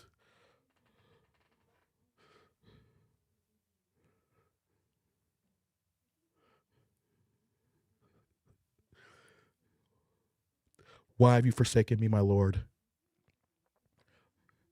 Father and Son in heaven, thou thy... You gonna start talking to God? You gonna start talking to Jesus? Jehovah God, please forgive me for my sin and my errors. Please help me as I get through my transgressions. Hold on, I'm gonna get to your sentence. Hold on, I'm gonna get to the second. The homeboy who got AIDS moment and don't go chasing water. Exactly, Zick. You're being like the TLC video from Waterfalls. I got the bug. I got the bug. Why? Why, Jesus, why? Why, Jesus, why? Why, Jesus, why? Hey, shout out to my man Upper Man. I'm about to get out of here. He dropping the $1.99, $2 holla, pushing the blue plate in the chat saying, back in the day, Tracy Thomas was gorgeous. Shout out to Upper Man. My man Upper Man in the building. Upper Man, hey brother, salute. Thank you for the holla. I appreciate you, man. Thank you, thank you, thank you. And right back at you with the super. I appreciate that support, Upper Man. Thank you very much. Angela Bassett, she married. She been married for like 30 years. I love Angela, but she married. Yeah, that walk. He got the package. Yeah, got the package. All right, y'all. I'm gonna get out of here, y'all. We gonna call it one here. We've been here for 3 hours, man. This has been so much fun. I appreciate y'all checking in here on the midday, the afternoon drive tap in as we go into the prime time here. You know what I'm saying? But yo, man, thank y'all for showing y'all support and love. Thank you for everybody who dropped the super chat, super thanks, super stickers. Shout out to all people who got wrenches and the mods in the game here. Shout out to everybody who is supporting. Shout out to my Ninja Watchers. Shout out to the people who will be in the replay gang. Shout out to the AIC, the tribe members showing y'all love and support. Basically, we go on here, guys. Before I close out the show, guys, if you guys are not getting notifications, like if you didn't get notifications for today, if you didn't get the notifications for Saturday or Sunday, because it's the third straight live, right? I need y'all to do this here. Unsubscribe to my channel, then resubscribe, then click on the bell notification. YouTube still has me shadow banned. No matter what, hey, we're gonna still, I don't care if the ban is still here, we're gonna still keep coming. So I need you guys to unsubscribe, then subscribe, then click on notification. And since you're already here, like what Upper Man's saying, click on that like button, guys, because I need that algorithm. I need that support, okay, guys? FYI, like I said, if you miss Sunday's live and you miss Saturday's live, go to the channel, queue that up, and that is north of another 5 hours of streaming they can get through for you guys here, right? You may be done with BTech. I gave you 3 hours today, but maybe for tonight or tomorrow, you can't say where Dave's at. I got content for you. So check it out, man. Upper Man says, hey, Dave, when you going live? I'm taking tomorrow off. I gotta take my nephew to pick up his tuxedo for prom on Friday. I gotta take him to get his haircut tomorrow, and I'm also gonna take him to get his driver's license tomorrow, Upper Man. So I got a busy day tomorrow. I've done 3 straight days, so tomorrow will be off, but more than likely I'll be back on Wednesday. We'll take Tuesday to come back on Wednesday. Look out for the next thumbnail. But I'm out of here, guys. Thank you, Derek. Dope piece, good people. Appreciate you, Derek. So appreciate everybody coming through. Thank you very much, guys. Shout out to you, Mr. too, as well. Shout out to everybody that came in the building with the likes. But on that note, guys, I'm out of here. I'm that dude named Dave. Peace out and deuces.